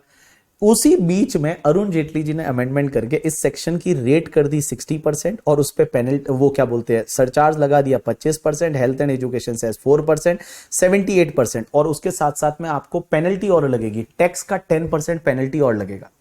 तो टैक्स का 10% पेनल्टी लगेगा, तो टैक्स का 10% तो 78% प्लस 10%, तो उसमें आप देखोगे 85.8% गवर्नमेंट को चला जाएगा, 85.8% गवर्नमेंट को जाएगा, बाकी आपके पास में कितना बच जाएगा, 14.2% बच जाएगा। उससे आप मजे ले लो करके, ठीक है, उससे आप मजे ले लीजिए, उससे आप खुश हो जाइए, उससे आप डांस कर लीजिए, आपकी जो मर्जी है वो कर लीजिए, लास्ट में 14.2% है वो आपके पास बच जाएगा। अब एक बात समझना, ये सेक्शन ये बोलती है, इन्होंने लास्ट ईयर इस सेक्शन में एक अमेंडमेंट किया, और वो अमेंडमेंट ये बोलता है कि अगर आप किसी से लोन लेते हो, आप किसी से लोन लेते हो, जैसे मान लो एग्जांपल के लिए ये बंदा है जिसका नाम है मिस्टर बीबी, और मैंने लोन लिया पायल से, पायल को मेरे पे भरोसा है, पायल मुझे लोन दे देगी करके, ठीक है। अब एक बात समझना, पायल ने मुझे दे दिया लोन, और पायल ने मुझे लोन दिया, और पायल ने फॉर एन एग्जांपल मुझे 5 करोड़ रुपए का लोन दिया, बैंक में दिया लोन। अब मुझे पूछा कि ये कहां से लाया पैसा, मैंने बोला पायल ने दिया है। तो अब पायल को पकड़ा, पायल को बुलाया, पायल इधर आ, ये पैसा कहां से लाया था पायल। अब पायल जो है एक्सप्लेनेशन सेटिस्फैक्ट्री नहीं दे रही। अगर पायल की एक्सप्लेनेशन सेटिस्फैक्ट्री नहीं है, पायल बोल रही है अब्बा जब्बा डब्बा, पायल बोलती है पता नहीं कहां से आया था करके, पायल को पूछा भाई सही सही बता कि भाई ये तूने बीबी सर को 5 करोड़ का लोन दिया, मैंने बोला कहां से, मुझे पूछा कहां से आया, मैंने बोला पायल ने दिया। अब पायल को वहां पे बुलाया इनकम टैक्स में, और पायल को बुलाया और पायल को पूछा कि पायल ये कहां से लाया तूने 5 करोड़, कमाया कहां से था। पायल बोलते पता नहीं कहां से आया था, याद नहीं आ रहा करके, ठीक है, याद नहीं आ रहा कहां से आया था। तो इसमें अगर पायल की एक्सप्लेनेशन सेटिस्फैक्ट्री नहीं है ना, तो उस पर्टिकुलर केस में यह माना जाएगा कि मिस्टर बीबी की एक्सप्लेनेशन सेटिस्फैक्ट्री नहीं है, और बाबू मेरे हाथ में जो है वो 78% टैक्स लगा दिया जाएगा। अगर पायल की एक्सप्लेनेशन सेटिस्फैक्ट्री नहीं है, पायल जो एक्सप्लेनेशन दे रही है वो ऐसे अब्बा जब्बा डब्बा दे रही है, तो उस पर्टिकुलर केस में ये मेरी एक्सप्लेनेशन सेटिस्फैक्ट्री नहीं मानी जाएगी, और मेरे हाथ में पेनल्टी लग जाएगी। इसमें होता क्या था, जैसे मान लो आपने अपने ड्राइवर के अकाउंट में कैश जमा कराया, और ड्राइवर से फिर लोन ले लिया, ड्राइवर के अकाउंट में आपने कैश जमा कराया और ड्राइवर से आपने लोन ले लिया करके, ठीक है, और आपने ऐसे ड्राइवर या ऐसे मान लो फॉर एन एग्जांपल आपने 20 अकाउंट ले लिए गांव में लोगों के, और उनके अकाउंट में सबके अकाउंट में पैसा डाल दिया, फिर आपने उनसे लोन ले लिया, लोन की एंट्री बता दी। अब गांव वालों को वहां बुलाया, गांव वालों को पूछा ये कहां से आया था, बोला पता नहीं कहां से आया था। तो अगर इसकी एक्सप्लेनेशन सेटिस्फैक्ट्री नहीं है तो ये मान लिया जाएगा मेरी एक्सप्लेनेशन सेटिस्फैक्ट्री नहीं है, मेरी एक्सप्लेनेशन सेटिस्फैक्ट्री नहीं है, और भैया यहां पे मेरे हाथ में पेनल्टी लग जाएगी कितनी, 78%। तो देखिए यहां पे क्या दे रखा है, समझने की कोशिश करना।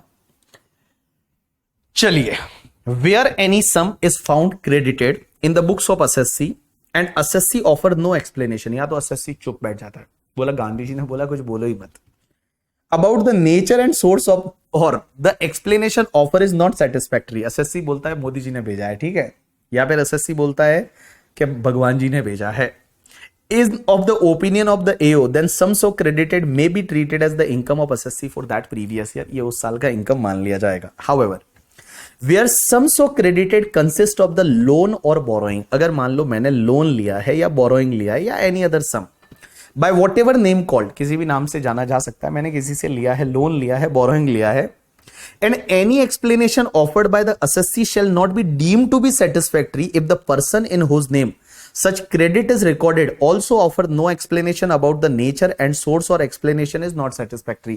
अगर मान लो पायल बोल रही है पता नहीं कहां से आया था, ठीक है, तो उस पर्टिकुलर केस में ये माना जाएगा बीबी सर की एक्सप्लेनेशन सेटिस्फैक्टरी नहीं है और मेरे हाथ में यहां पे जो है वो पेनल्टी मतलब मेरे हाथ में जो है वो ये सेक्शन लग जाएगी. दूसरा कि बहुत बार क्या होता है, ये तो बहुत ज्यादा होता था, आपको पता है क्लोजली हेल्ड कंपनियां जो होती है, क्लोजली हेल्ड कंपनियों का मतलब होता है प्राइवेट कंपनियां, प्राइवेट कंपनियों में शेयर कैपिटल के नाम पे पैसा डाल देते थे. अब जैसे हुआ क्या, एक कंपनी है जिसका नाम है बीबी वर्चुअल्स प्राइवेट लिमिटेड. अब आपको पता है बीबी वर्चुअल्स प्राइवेट लिमिटेड कंपनी है, प्राइवेट लिमिटेड कंपनी है. अब इस कंपनी में पायल ने क्या किया, पैसा डाला एज अ शेयर कैपिटल. पायल ने पैसा डाला शेयर कैपिटल या शेयर एप्लीकेशन मनी डाला, और पायल को यहां बीबी वर्चुअल्स प्राइवेट लिमिटेड को पूछा ये पैसा कहां से आया था, बोला पायल ने इन्वेस्ट किया है, पायल हमारी इन्वेस्टर है करके, ठीक है, पायल हमारी एकदम एंजल इन्वेस्टर है हमारी कंपनी की, पायल ने इन्वेस्ट किया. पायल को बोला इधर आ, पायल को बोला है वहां पे, बोला इधर आ, पायल को बोला पैसा कहां से आया था, ये इतना सारा पैसा तेरे पास आया कहां से, 5 करोड़. पायल बोलते पता नहीं कहां से आया था करके, ठीक है, भगवान जी देके गए थे, तो भगवान जी देके गए थे. तो इस केस में अगर पायल की एक्सप्लेनेशन सेटिस्फैक्टरी नहीं है तो मान लिया जाएगा बीबी वर्चुअल्स प्राइवेट लिमिटेड है, उसकी एक्सप्लेनेशन सेटिस्फैक्टरी नहीं है और बीबी वर्चुअल्स प्राइवेट लिमिटेड के हाथ में ये भैया आपकी डीम्ड इनकम मान ली जाएगी और उस पर टैक्स लग जाएगा. ठीक है, BB वर्चुअल्स private limited loss making company है. चलिए आइए देखिए आगे देखिए क्या दे रखा है. Further any explanation offered by closely held company BB वर्चुअल्स private Limited in respect of any sum credited as a share application money या share capital या share premium या any such amount in account of such company shall be deemed to be not satisfactory if the resident person in whose name such credit is recorded in the books of such company also not explain about the nature and source of the such sum or explanation is not satisfactory. This additional condition means ये दो additional condition, ये वाली करके loan वाली और ये तुम्हारा दूसरा एप्लीकेशन वाली, would not apply if the person in whose name the sum is recorded is a venture capital fund, venture capital company registered with the SEBI. अगर आपको वेंचर कैपिटल फंड से, वेंचर कैपिटल कंपनी से investment मिलता है as a share capital वगैरह या loan वगैरह लेते हैं तो उस पर्टिकुलर केस में ये दोनों चीजें है वो नहीं लगेगी करके. ठीक है, चलिए बोलता है ऐसा मत बोलो, कभी कभी ऐसा लगता है करके. ठीक है, अब एक बोलता है एक बात बता, ऐसे तो बोला होता तो मेरा कम से कम कितनी बार तो डाइवोर्स हो गया बैच में करके. ठीक है, अगर ये बोलता है आप ऐसे बोलते हो loss making company loss making हो जाएगी, आप ऐसा बोलना नहीं चाहिए करके. ठीक है, प्रोफेसर के वहां पे सरस्वती बैठी रहती है, अरे ऐसा नहीं है, उनको पता है. चलिए अल्केश बोल रहा है कि दोनों के हाथ में टैक्सेबल होगा. एक बात बताओ, देखो अगर औकात उसकी होगी पायल की तो नॉर्मली डिपार्टमेंट क्या करेगा, पायल से ही पायल के हाथ में टैक्सेबल कर देगा, बट पायल की औकात नहीं है तब जाके इसको पकड़ा जाता है और तब इसके हाथ में टैक्सेबल हो जाता है. ठीक है, चलिए Alkesh normally in the practical life अगर पायल की औकात है कि उस पर टैक्स भरने की तो पायल के हाथ में कर दिया जाएगा. अगर ये नहीं, ये तो बेचारी गरीब है करके. ठीक है, ये तो एकदम वो क्या बोलते हैं गरीब है और इसको तो मतलब इसका तो अकाउंट यूज हुआ था सिर्फ. ठीक है, तो उस पर्टिकुलर केस में यहां पे इसके हाथ में टैक्सेबल हो जाएगा. चलिए उसके बाद एक सेक्शन होती है 69. सेक्शन 69 क्या बोलती है, 69 सेक्शन का नंबर है. अब एक बात बताइए, ये सेक्शन 69 क्या बोलती है कि अगर आपने कोई इन्वेस्टमेंट किया और वो इन्वेस्टमेंट आपने अपनी बुक में रिकॉर्ड नहीं किया है, बुक में आपने रिकॉर्ड नहीं किया और आपसे पूछा गया कि भाई ये कहां से लाया था, ये कहां से इन्वेस्टमेंट किया है, आप उसका एक्सप्लेनेशन ही नहीं दे पा रहे हो. मींस आपने कोई इन्वेस्टमेंट किया और वो इन्वेस्टमेंट जो है वो इन्वेस्टमेंट अगर आपने बुक में रिकॉर्ड नहीं किया और रिकॉर्ड नहीं किया तो उस पर्टिकुलर केस में क्या होगा. अगर रिकॉर्ड नहीं किया, एओ ने पूछा ये इन्वेस्टमेंट कहां से हुआ था, बोला पता नहीं कहां से हुआ था. ठीक है, आप एक्सप्लेनेशन दे ही नहीं पा रहे हो, एक्सप्लेनेशन नहीं दे पा रहे हो तो ये आपकी इनकम मान ली जाएगी. जैसे एग्जांपल के लिए आपने क्या किया, पायल ने क्या किया, अभी शेयर खरीद लिए रिलायंस के 5 करोड़ के. अब 5 करोड़ के एक तो रिलायंस के शेयर खरीदे, बुक्स में रिकॉर्ड ही नहीं किया। अब उस पता चल गया कि पायल ने 5 करोड़ के रिलायंस के शेयर खरीदे। पायल को बुलाया, बोला कहां से लाया था ये पैसा, बोला भगवान जी देके गए थे। ऐसा नहीं चलता है। आपने अगर कोई इन्वेस्टमेंट किया है और वो इन्वेस्टमेंट किया है तो आपका सोर्स पता होना चाहिए, वो पैसा कहां से आया था।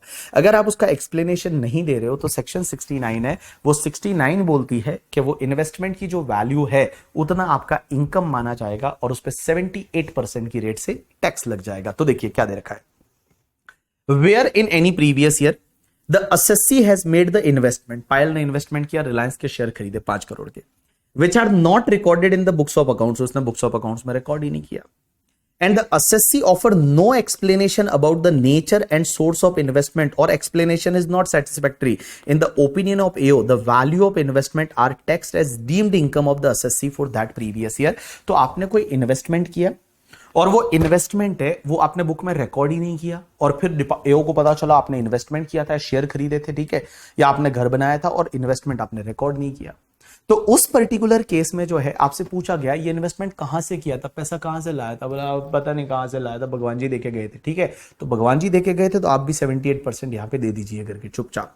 उसके बाद सेक्शन 69A ये बोलती है अनएक्सप्लेन मनी और असेट। अगर आपके पास में कोई ऐसा पैसा मिल जाता है, आपके पास में कोई बुलियन मिल जाता है, ज्वेलरी मिल जाता है करके, ठीक है, और आपने बुक्स में रिकॉर्ड ही नहीं किया, आपसे पूछा ये कहां से लाया करके, बोला पता नहीं कहां से लाया। देखो फर्क है, ऊपर क्या था, इन्वेस्टमेंट था, यहां पे क्या है, मनी बुलियन ज्वेलरी है। जैसे मान लो फॉर एन एग्जांपल पायल के घर पे आए इनकम टैक्स वाले और पायल के घर पे इनकम टैक्स वाले आए और पायल के घर पे मान लो पैसा मिल गया, पायल के घर पे पैसा मिल गया और कैश मिल गया, उसको बोला ये कहां से लाया कैश करके, ठीक है, बोले पता नहीं कहां से आया, पता नहीं, ऐसे भगवान जी आए थे मेरे को सपने में आए थे, सोनपरी आई थी, सोनपरी आई आई आई आई सोनपरी आई, और उसने बोला था कि वो इंटू मिंटू चिंटू करके, और उसने मेरे को पैसे देके गई है सोनपरी।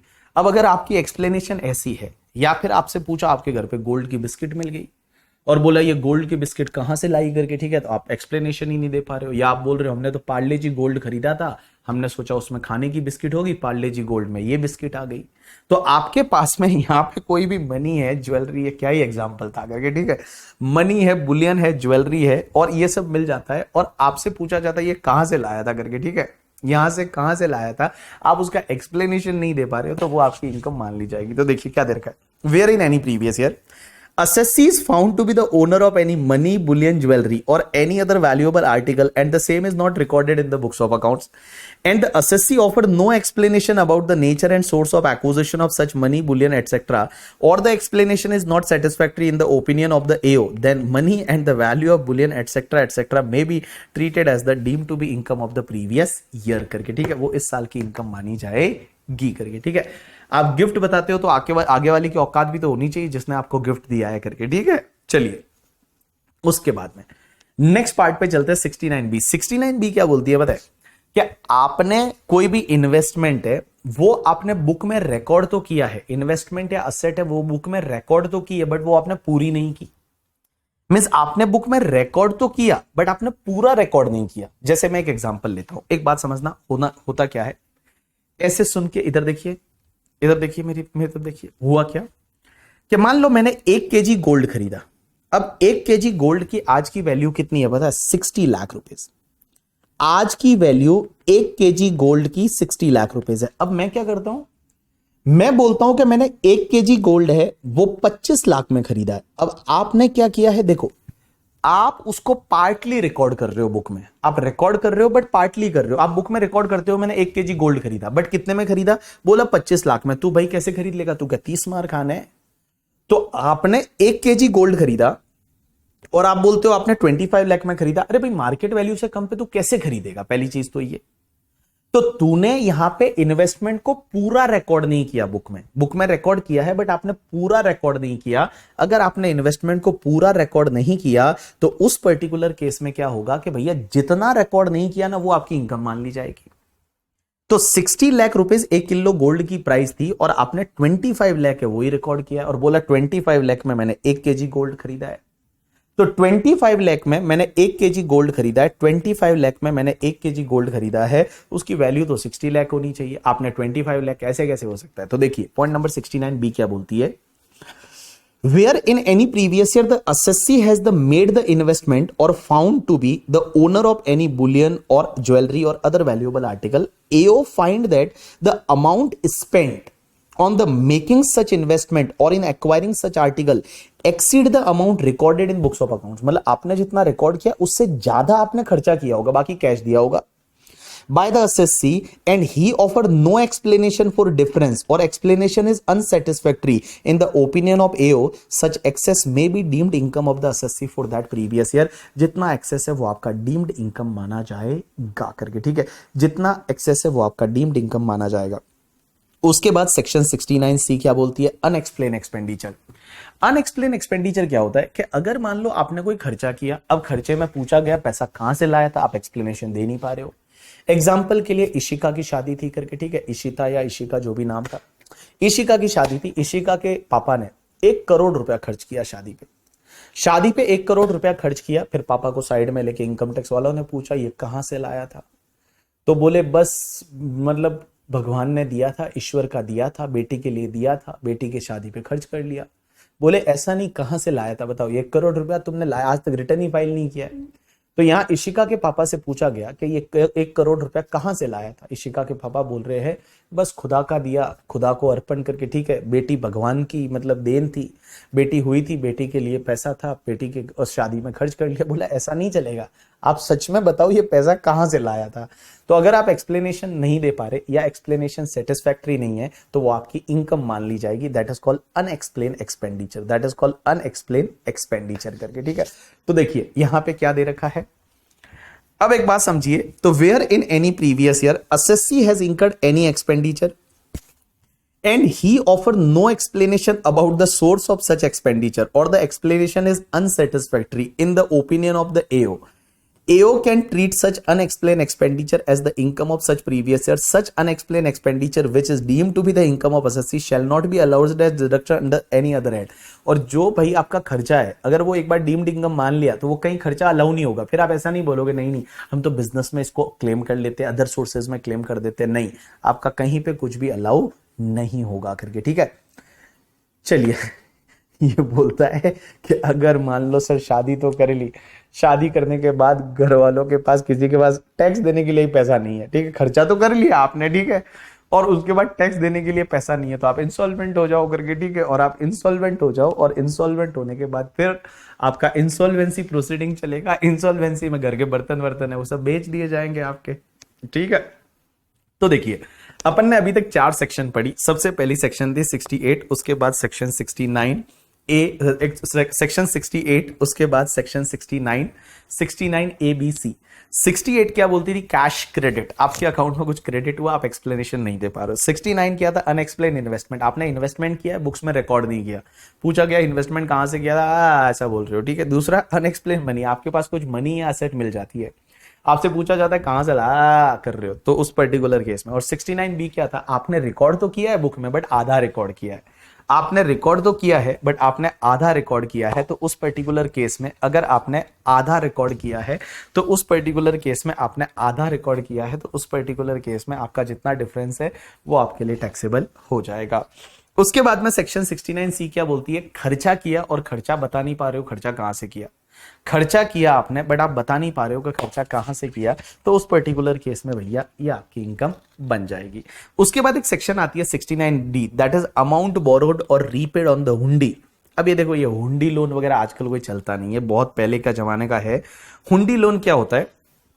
हुंडी loan is basically a promissory note. हुंडी इज अ प्रोमिसरी नोट. अब क्या होता है, जैसे मैं एक एग्जांपल लेता हूं, इसमें क्या होता है, फॉर एन एग्जांपल मैंने क्या किया, मेरे पास में यहां पे एक पायल है और पायल ने बीबी सर को एक हुंडी दी है. पायल ने बीबी सर को एक हुंडी दी है और हुंडी का मतलब उसमें लिख के दिया है कि सर मैं आपको मान लो 4 महीने बाद मैं आपको 1 करोड़ दूंगी. 4 महीने के बाद, कितने? 4 महीने के बाद. तो this is one promissory note और यू कैन से दैट हुंडी. अब मैं क्या करता हूं, उस हुंडी के बेसिस पे अगर मैं कहीं से भी कैश लोन ले लेता हूं, अगर मैं हुंडी के बेसिस पे कहीं से भी कैश लोन ले लेता हूं, हुंडी है, अब पायल मुझे बोल रही है मैं आपको 4 महीने बाद 1 करोड़ रुपया दूंगी, that is called promissory note. अब मैंने क्या किया, उस हुंडी को एनकैश करके और मैंने कहीं से कैश लोन ले लिया, तो जितना कैश लोन लिया तो वो आपका जो है वो इनकम मान लिया जाएगा और उस पर 68% की रेट से टैक्स लग जाएगा। 68% की रेट से टैक्स लग जाएगा। कोई बोल रहा है आज भी ये चलता है, अच्छी बात है, चलता है तो वेरी गुड, ठीक है। तो ये सेक्शन है वो याद रखना आपके लिए जहां चलता है। Where any amount is borrowed on the hundi और any amount due thereon is repaid other than by account payee cheque drawn और account payee bank draft, the amount so borrowed or repaid shall be deemed to be the income of the person borrowing or repaying for a previous year in which amount was borrowed or repaid as the case may be. However, where the amount borrowed on the hundi has been deemed to be the income of any person, he will not be again liable to assess in respect of such amount on the repayment of such amount. The amount repaid shall include the interest paid on the amount borrowed. तो मान लो मैंने हुंडी जो है उस पे 80 लाख का loan लिया कैश में, तो मेरी इनकम मान ली जाएगी। अब मैंने वापस उसको पे किया, वो भी कैश में किया, तो अगर मान लो अगर आपने लोन लिया था तब वो इनकम मानी जा चुकी है, तो अगर आप रीपे कर रहे हो उस टाइम पे ये इनकम नहीं मानी जाएगी करके, ठीक है। ये पहले चेक डिस्काउंटिंग वगैरह होते थे ना, ये सब उससे रिलेटेड, उसको बंद करने के लिए इन्होंने ये सेक्शन लाई है। तो देखो मैंने वापस आपको बता रहा हूं यहां पे समझने की कोशिश करना। मैंने आपको बोला कि अगर मान लो आप हुंडी पे कैश में लोन लेते हो या हुंडी पे आप कैश में लोन का रीपेमेंट करते हो तो वो आपकी इनकम मानी जाएगी, बट अगर लोन लिया था तब वो इनकम मानी जा चुकी है तो रीपेमेंट के टाइम पे वापस आपकी वो इनकम नहीं मानी जाएगी। यहां पे टैक्स रेट है वो आपका, अगर सेक्शन 68 से 69D लगा तो आपकी टैक्स रेट 60% होगी प्लस 25% सरचार्ज। पायल ये 60% प्लस 25% 4% 78% हुआ ना, सबका मिला के है ये सबका मिला के है। ये 69D में 78% हुआ ना, सही तो है। अरे भाई 60% प्लस 25% प्लस 4%, क्या दिक्कत है? 78% सही तो है। कैंडी हुंडी से चांद तक राह दिखा दे। अच्छा 68% मैंने कब बोला? 78%, सब जगह 78%। हाँ बाबू, सब जगह 78%। अब एक बात समझना, तो इतना आपको ये टैक्स लगेगा, ये आपकी डीम्ड सेक्शन है। अब एक बात समझना, इस पे पेनल्टी भी लगेगी। तो आप एक काम करिए, सीधा पेनल्टी वाले टॉपिक पे आ जाइए। तो पेनल्टी वाले आप टॉपिक पे मत आइए, मैं ही आपको यहां से बता देता हूं। एक सेक्शन हुआ करती है 271 AAC करके, और 271 AAC बोलती है कि अगर आपकी डीम्ड इनकम जो 68 से 69C में हुआ तो उस पे 10% on the tax on deemed income under section 115 BBE। 115 BBE में टैक्स लगता है 60% की रेट से, plus surcharge plus health and education cess, उस पे आपका 10% की रेट से पेनल्टी लगेगा, जो कि AO ज्वाइंट कमिश्नर अपील या फिर CIT अपील लगा सकता है। तो आपका 10% की रेट से पेनल्टी लगेगा, तो 78% टैक्स और उसका 10% पेनल्टी, तो टोटल मिला के आपका 85.8% बताया था आपने। यस, तो 85.8% हो जाएगा ना। तो 10% आप टैक्स पे लोगे ना, 10% ऑफ द टैक्स है उतना आपका पेनल्टी लगेगा 271 AAC में, ठीक है। चलिए अब एक बात समझना, यहां पे ऑन द पेज नंबर यहां पे आपको कुछ केस लॉज दे रखे हैं। अब यहां पे जो कुछ केस लॉज दे रखे हैं मैं आपको बता दूं, not more relevant case laws, but बेटा 269 SS और 269 T से रिलेटेड ये केस लॉज है। तो देखिए केस लॉज कुछ दे रखे हैं। ये केस लॉज क्या है? सबसे पहला केस लॉ देखिए, शिवा कुमार 2013 मद्रास हाईकोर्ट का जजमेंट है। तो वी शिवा कुमार 2013 मद्रास हाईकोर्ट का जजमेंट, इसमें हुआ क्या था कि can cash advance by the partnership firm to the sole proprietorship concern of its partner be viewed as a violation of section 269 SS to attract levy of penalty। अब एक बात समझना, यहां पे loan advance as well as the आपका क्या था, loan advance and like क्या बोलते हैं, लोन डिपॉजिट और advance in relation to immovable property. अब एक बात समझना, एक पार्टनरशिप फर्म ने सोल प्रोप्राइटरशिप को अगर कैश में कुछ दिया एडवांस करके, तो क्वेश्चन यहां पे ये आता है कि क्या यहां पे 269 SS लगेगा या नहीं लगेगा। और मैं बता दूं ये तीनों ही जजमेंट ऐसे है, इन तीनों ही जजमेंट में ऐसा बोला हुआ है जेन्युइन केस है तो नहीं लगेगा। ये तीनों ही जजमेंट का अगर मैं आपको समरी बताऊं तो यहां पे ये बोला हुआ है कि बोनाफाइड है और उसमें कुछ भी ऐसा कुछ वायलेशन वाला नहीं है, बोनाफाइड है और उसमें कोई टैक्स की चोरी नहीं हुई है, तो यहां पे सेक्शन 269 एसएस या टी नहीं लगेगा। इन तीनों जजमेंट का जो जजमेंट का सार है वो सार ये है। तो देखिए क्या दे रखा है, high court held that there is no separate identity of the firm and the partner, के पार्टनर और फर्म अलग नहीं होते, पार्टनर और फर्म तो दोनों सेम ही है, दो जिसमें एक जान वाली बात है। तो यहां पे बोला high court held that there is no separate identity of the firm and that partner is entitled to use the fund of the firm, partner है वो फर्म का फंड यूज कर सकता है। In the present case the assessee has acted bona fide and that there was no reasonable cause, there was a reasonable cause, transaction can not be said to be the violation and no penalty is attracted in this case. Second case law Triumph International Finance Limited, Bombay high court का judgment, इसमें क्या हुआ, where an assessee repay a loan merely by passing adjustment entry in the books of account. अगर मान लो आपने loan का repayment किया वो एडजस्टमेंट एंट्री से किया, एडजस्टमेंट एंट्री मतलब क्या होता है, जैसे मान लो आप किसी का कुछ पैसा मांगते हो और किसी को कुछ पैसा है वो आपको देना है, तो आप एडजस्टमेंट एंट्री से रीपेमेंट ऑफ लोन करते हो, तो क्या यहाँ पे वायलेशन हुआ, क्योंकि वहां तो बोला हुआ है लोन का रीपेमेंट है वो आपको सिर्फ अकाउंट पे चेक, अकाउंट पे demand draft, any mode of electronic clearing system से करना पड़ेगा, तो क्या यहाँ पे वायलेशन होगा? अगर मान लो बुक एंट्री से होता है तो आंसर इज नो।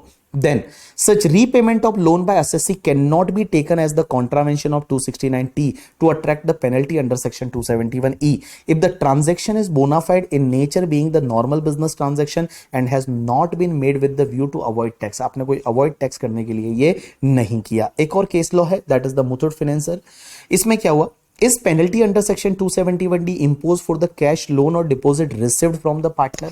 अगर पार्टनर से पार्टनरशिप फर्म को पैसा मिल रहा है, पार्टनर से पार्टनरशिप फर्म को अगर मान लो कोई भी लोन या डिपॉजिट मिल रहा है और वो कैश में मिल रहा है, तो पार्टनर से पार्टनरशिप फर्म को मिला, तो उस पर्टिकुलर केस में क्या यहाँ पे ये सेक्शन लगेगी? तो यहाँ पे इन्होंने बोला है कि भैया, इन्होंने बोला है, देखिए क्या दे रखा है, High Court observed that in this case there was no dispute as regard to the money brought in by the partner of the firm।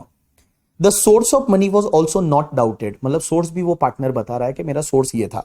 The transaction was bona fide and not aimed to avoid any tax liability। The credit worthiness of the partner and genuineness of the transaction coupled with relationship between the two person and two different legal interpretation put forward could constitute a reasonable cause in giving case to not invoking the section 271D or 271E करके, ठीक है। The High Court held that the issue being debatable one, there was a reasonable cause for not levying the penalty।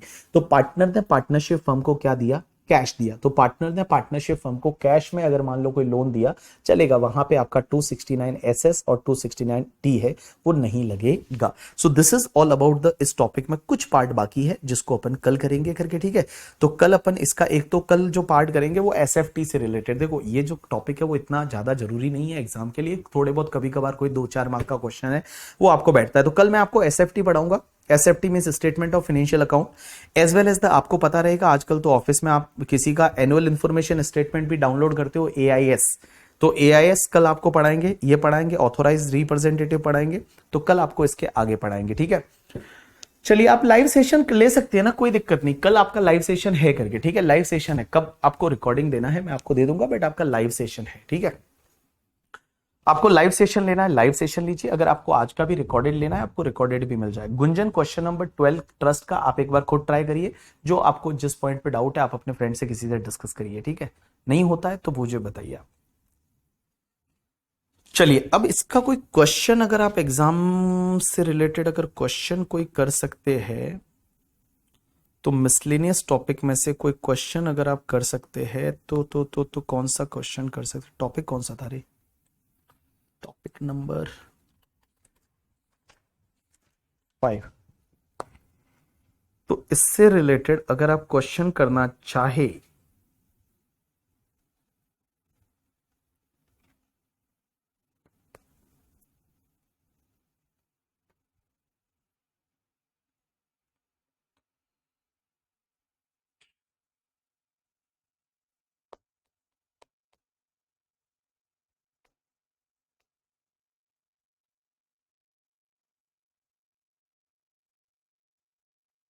Question number 1 करेंगे आप लोग, question number 1 है वो आप करेंगे, क्वेश्चन नंबर 1 करेंगे आप लोग। ट्राई करेंगे आप वन।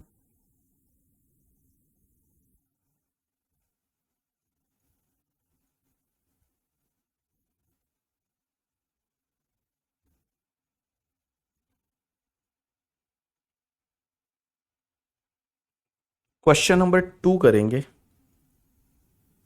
क्वेश्चन नंबर 3 करेंगे। 3 तो मस्त वाला क्वेश्चन है, मजा आएगा आपको।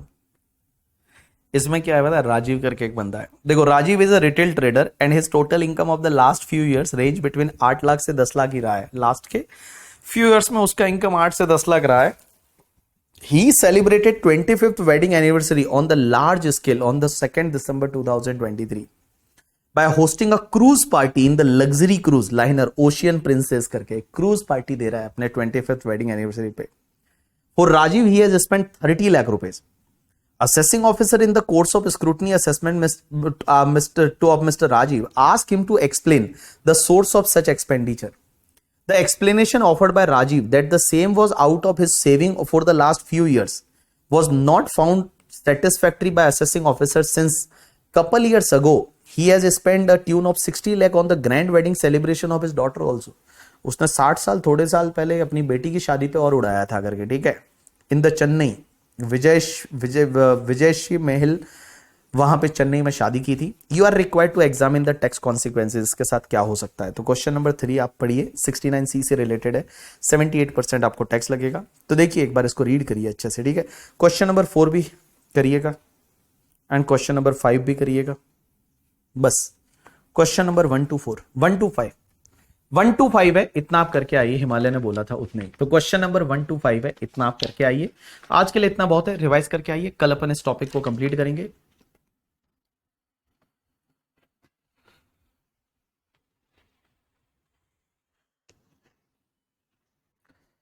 बेटा एग्रीकल्चर इनकम जो है वो एग्जेम्प्ट होती है ऐश्वर्या, सिर्फ टैक्स कैलकुलेशन के लिए उसको पार्शियल इंटीग्रेशन में ऐड किया जाता है अगर वो 3 कंडीशन सेटिस्फाइड होती है। तो वो 3 कंडीशन अगर सेटिस्फाइड होती है तो उस पर्टिकुलर केस में, अगर वो 3 कंडीशन सेटिस्फाइड होती है तो उस पर्टिकुलर केस में आपका वो पार्शियल इंटीग्रेशन होगा। पहला, नेट एग्रीकल्चर इनकम 5000 से ज्यादा हो, अससी इंडिविजुअल एचयूएफ एओपी बीओ या आर्टिफिशियल ज्यूरिडिकल पर्सन हो, और अदर इनकम आपका जो है वो आपका 2.5 लाख या 3 लाख बेसिक एग्जामिशन से ज्यादा हो। चलिए डन। योगेश जैसे जैसे होगा वैसे होगा करके, ठीक है। टाइम आएगा तो वो भी करेंगे। चलिए आज के लिए इतना बहुत है, कल कंटिन्यू करेंगे। थैंक्स अलॉट पीपल, आज के लिए इतना बहुत है। आप लोगों को वेटेज दे दिया है आईसीआई ने कि कौन से टॉपिक कितने मार्क्स के लिए आएंगे, मतलब टॉपिक का वेटेज, मतलब उन्होंने ओवरऑल वेटेज दिया है। कितने लेक्चर और पेंडिंग रहेंगे, 7-8 लेक्चर तो लगेंगे करके, ठीक है। आपको वेटेज आईसीआई ने दिया है कि कितने वेटेज का क्या आएगा एग्जाम में। तो आप देखना चाहते हैं तो आप अपनी बुक में देख सकते हैं, सेक्शन वाइज वेटेज इन्होंने दिया है। अगर मैं फाइनल की बात करूं डीटी में, तो एडवांस मैनेजमेंट अकाउंट के बाद अगर डीटी का पार्ट है तो डीटी के पार्ट में पेपर नंबर 4 है डीटी अपना। मेरे को तो याद करना पड़ेगा पेपर नंबर 4 में, हमेशा पेपर नंबर 7 ही रहता है। तो देखिए 40 to 45% तो आपका जो है वो इससे आएगा। Comprehensive computation of income tax liability of companies and other entities, general provision under the act, special taxation regime, optimise. तो यहाँ पे 20 से 23% तो आपका इसी से आएगा। जो 20 से 22% वेटेज है वो सिर्फ पीजीबीपी और कंप्यूटेशन का है। पीजीबीपी कंप्यूटेशन कैपिटल गेन, तो कैपिटल गेन आईएफओएस और पीजीबीपी ये कंप्यूटेशन का रहेगा। उसके बाद बाकी वाला दूसरे तीसरे चौथे से पॉलिटिकल पार्टी है, फिर आपका बिजनेस ट्रस्ट है, इन्वेस्टमेंट ट्रस्ट है, सिक्योरिटाइजेशन ट्रस्ट है, एंटी अवॉइडेंस मेजर है। तो इससे आपका जो है वो आपका समझो 45% कवरेज होगा, वो आपके पहले वॉल्यूम से होगा। जो पहले वॉल्यूम में मैंने कराया ना, बिजनेस ट्रस्ट और रिलीजियस ट्रस्ट और साथ में जोड़ दो, चैरिटेबल एंड रिलीजियस ट्रस्ट को साथ में जोड़ दो, तो 45% वेटेज आपका इन पार्ट का है जो कंप्यूटेशन पार्ट है। अब अगर मैं आपको टैक्स एडमिन पार्ट का बोलूं जिसमें टीडीएस टीसीएस आ गया, income tax authority assessment procedure, appeal, unethical practices जो है आपका क्या बोलते हैं, penalty, offence, miscellaneous provision, tax audit, इन सबका मिला के बहुत कम वेटेज है। इन सबका मिला के आप देखो टीडीएस टीसीएस आ गया, उसके साथ में आपका क्या बोलते हैं, टीडीएस टीसीएस के साथ में आपका ये पूरा आ गया, TDS TCS, income tax authority आ गया, assessment procedure, appeal, as well as ये और मिसलेनियस प्रोविजन करके, ठीक है। इसमें ब्लैक मनी भी आ गया, इसके साथ टैक्स ऑडिट भी आ गया। तो इसका अगर मैं आपको वेटेज बोलूं ना, जो वॉल्यूम नंबर 3 है, इसका वेटेज आपका सबसे कम है, 20 to 30% है वेटेज। तो अगर मैं 30% भी मान 25% मान लेता हूं, तो 25% में से भी आपको फिक्स है मैक्सिमम क्वेश्चन टीडीएस टीसीएस से मिलेंगे। मैक्सिमम क्वेश्चन 10 से 12 मार्क तो यही कवर करेगा, 10 से 12 मार्क ये कवर करेगा। अपील से 4 मार्क का क्वेश्चन आएगा, एक टैक्स ऑडिट से 4 मार्क का क्वेश्चन आ जाएगा, और एक क्वेश्चन आपको मिसलेनियस प्रोविजन जो अपन पढ़ रहे हैं 3-4 मार्क का उससे आएगा, और 3-4 मार्क का वहां से आएगा। तो ये जो है ये आपका इतना कवर करेगा।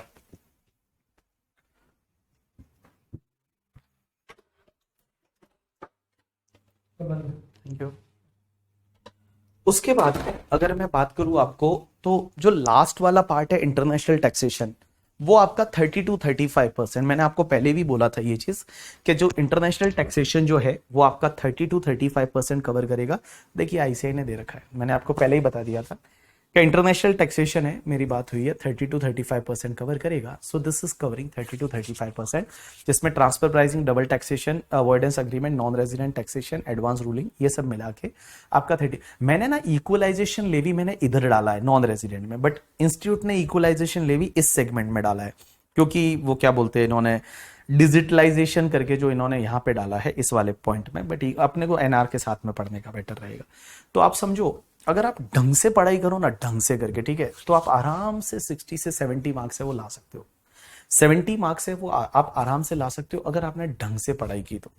क्योंकि आप सोचो, कंप्यूटेशन पार्ट आपको बहुत इजी लगता है, कंप्यूटेशन पार्ट आपको बहुत इजी लगता है, MAT, AMT, SEZ, as well as the computation, as well as आपका पीजीबीपी, कैपिटल गेन, पीजी, तो ये ही आपको 45% डाल रहा है। तो 45% इधर से आ जाएगा। अब 45% इधर से आता है। दूसरा वेटेज आपका इंटरनेशनल टैक्सेशन का 30 मार्क का, तो वो 30 मार्क है वो बहुत ज्यादा जरूरी है। थर्ड प्रायोरिटी पे फिर आप इसको रखो, बट इसमें से आपको पता है कि भाई अपने को टीडीएस टीसीएस में एफर्ट मारने से नंबर आ जाएंगे। टीडीएस टीसीएस है वो आपको एफर्ट मारने से नंबर आ जाएंगे करके, ठीक है। फिर टीडीएस टीसीएस में एफर्ट मारोगे, यहां पे नंबर आएंगे, सीधे सीधे सादे नंबर आएंगे। अब एक बात बताओ, ये सीधे साधे यहां से अच्छे खासे नंबर आप निकाल दोगे, टीडीएस टीसीएस 10-12 मार्क आएगा ही आएगा, मिलेगा। Income tax authority assessment procedure appeal revision, ये है बहुत वास्ट करके, ठीक है, बट इसके मार्क्स देखोगे तो ज्यादा से ज्यादा 8 मार्क आएगा वहां से, फिर आपका बाकी वाला है। तो ऐसा है। ये आईसीआई ये फॉलो करेगा, यस बिल्कुल करेगा, आईसीआई को ये फॉलो करना ही पड़ेगा। When ICI has given this they have to follow this करके, ठीक है। चलिए आज के लिए इतना बहुत है, कल कंटिन्यू करेंगे इसके साथ में, कल जो है वो अपन कंटिन्यू करेंगे, but this is the weightage given by the ICI. So just मैंने आपको शो किया, पहला वॉल्यूम है वो आप समझ लीजिए 45 मार्क्स का है, पहला वॉल्यूम है वो 45 मार्क्स का है, ध्यान रखना 45 मार्क्स है पहले वॉल्यूम का, 40 to 45 मार्क्स करके, ठीक है। और वो भी वो तो ज्यादा आएगा ना जब पेपर 120 मार्क का आता है। एक बात बताओ, पेपर 120 मार्क का आता है, आप अगर यहाँ 42% भी लेते हो तो 120 मार्क का पेपर आता है, और उसका 42% it's comes to the 50 mark होता है, ठीक है, क्योंकि पेपर तो 120 मार्क का आएगा, अपने पास ऑप्शन भी तो मिलेगा। तो 120 मार्क का पेपर आएगा, तो उस पर्टिकुलर केस में आपका देखो, जिन लोगों का पहला वॉल्यूम बहुत अच्छे से हुआ है ना, उनको ये मजा आ जाएगा, क्योंकि यहाँ पीजीबीपी है, कंप्यूटेशन है, पीजीबीपी है, कैपिटल गेन है, और एकदम प्रैक्टिकल टॉपिक है। देखो पॉलिटिकल पार्टी है, ये क्या बोलते हैं, इलेक्टोरल ट्रस्ट है, बिजनेस ट्रस्ट है, सिक्योरिटाइजेशन ट्रस्ट है, इन्वेस्टमेंट फंड है, और साथ में आपका ये अभी जो ट्रस्ट टॉपिक मैंने कराया करके, ठीक है, वो इसमें डाल दीजिए आप साथ में, ठीक है। तो ये वाला पार्ट आपको 50 मार्क कवर करेगा, 50 मार्क। फिर प्रोसीजरल पार्ट है वो थोड़ा कम कवर करेगा, 20 से 30 मार्क है वो ये कवर करेगा, और उसके बाद में जो है वो इंटरनेशनल टैक्सेशन 30 से 35 मार्क्स कवर करेगा। तो ये वाला पार्ट सबसे स्ट्रॉन्ग इंटरनेशनल टैक्सेशन आपको करना है, दूसरा स्ट्रॉन्ग आपको ये ऊपर वाला करना है, और फिर तीसरी प्रायोरिटी पे आपको ये प्रोसीजरल पार्ट जो अभी अपन कर रहे हैं ये आपको करना है। ये टैक्स ऑडिट वगैरह सब मिला के ये 25 से 30 मार्क का आएगा करके, ठीक है। टैक्स ऑडिट से 5-1 मार्क का क्वेश्चन है वो निकल सकता है, मिसलेनियस प्रोविजन से 4-5 मार्क का, और फिर इधर से 5-5, 6-6 मार्क का। चलिए ये कहां दिया हुआ है, ये आईसीआई की वेबसाइट पे दे रखा है, ये आईसीआई की वेबसाइट पे दे रखा है, आप देख सकते हैं, सेक्शन वाइज वेटेज करके दे रखा है न्यू स्कीम में। चलिए आज के लिए इतना बहुत है, कल कंटिन्यू करते हैं। Thanks a lot people, that's enough for today from my side, see you tomorrow, bye.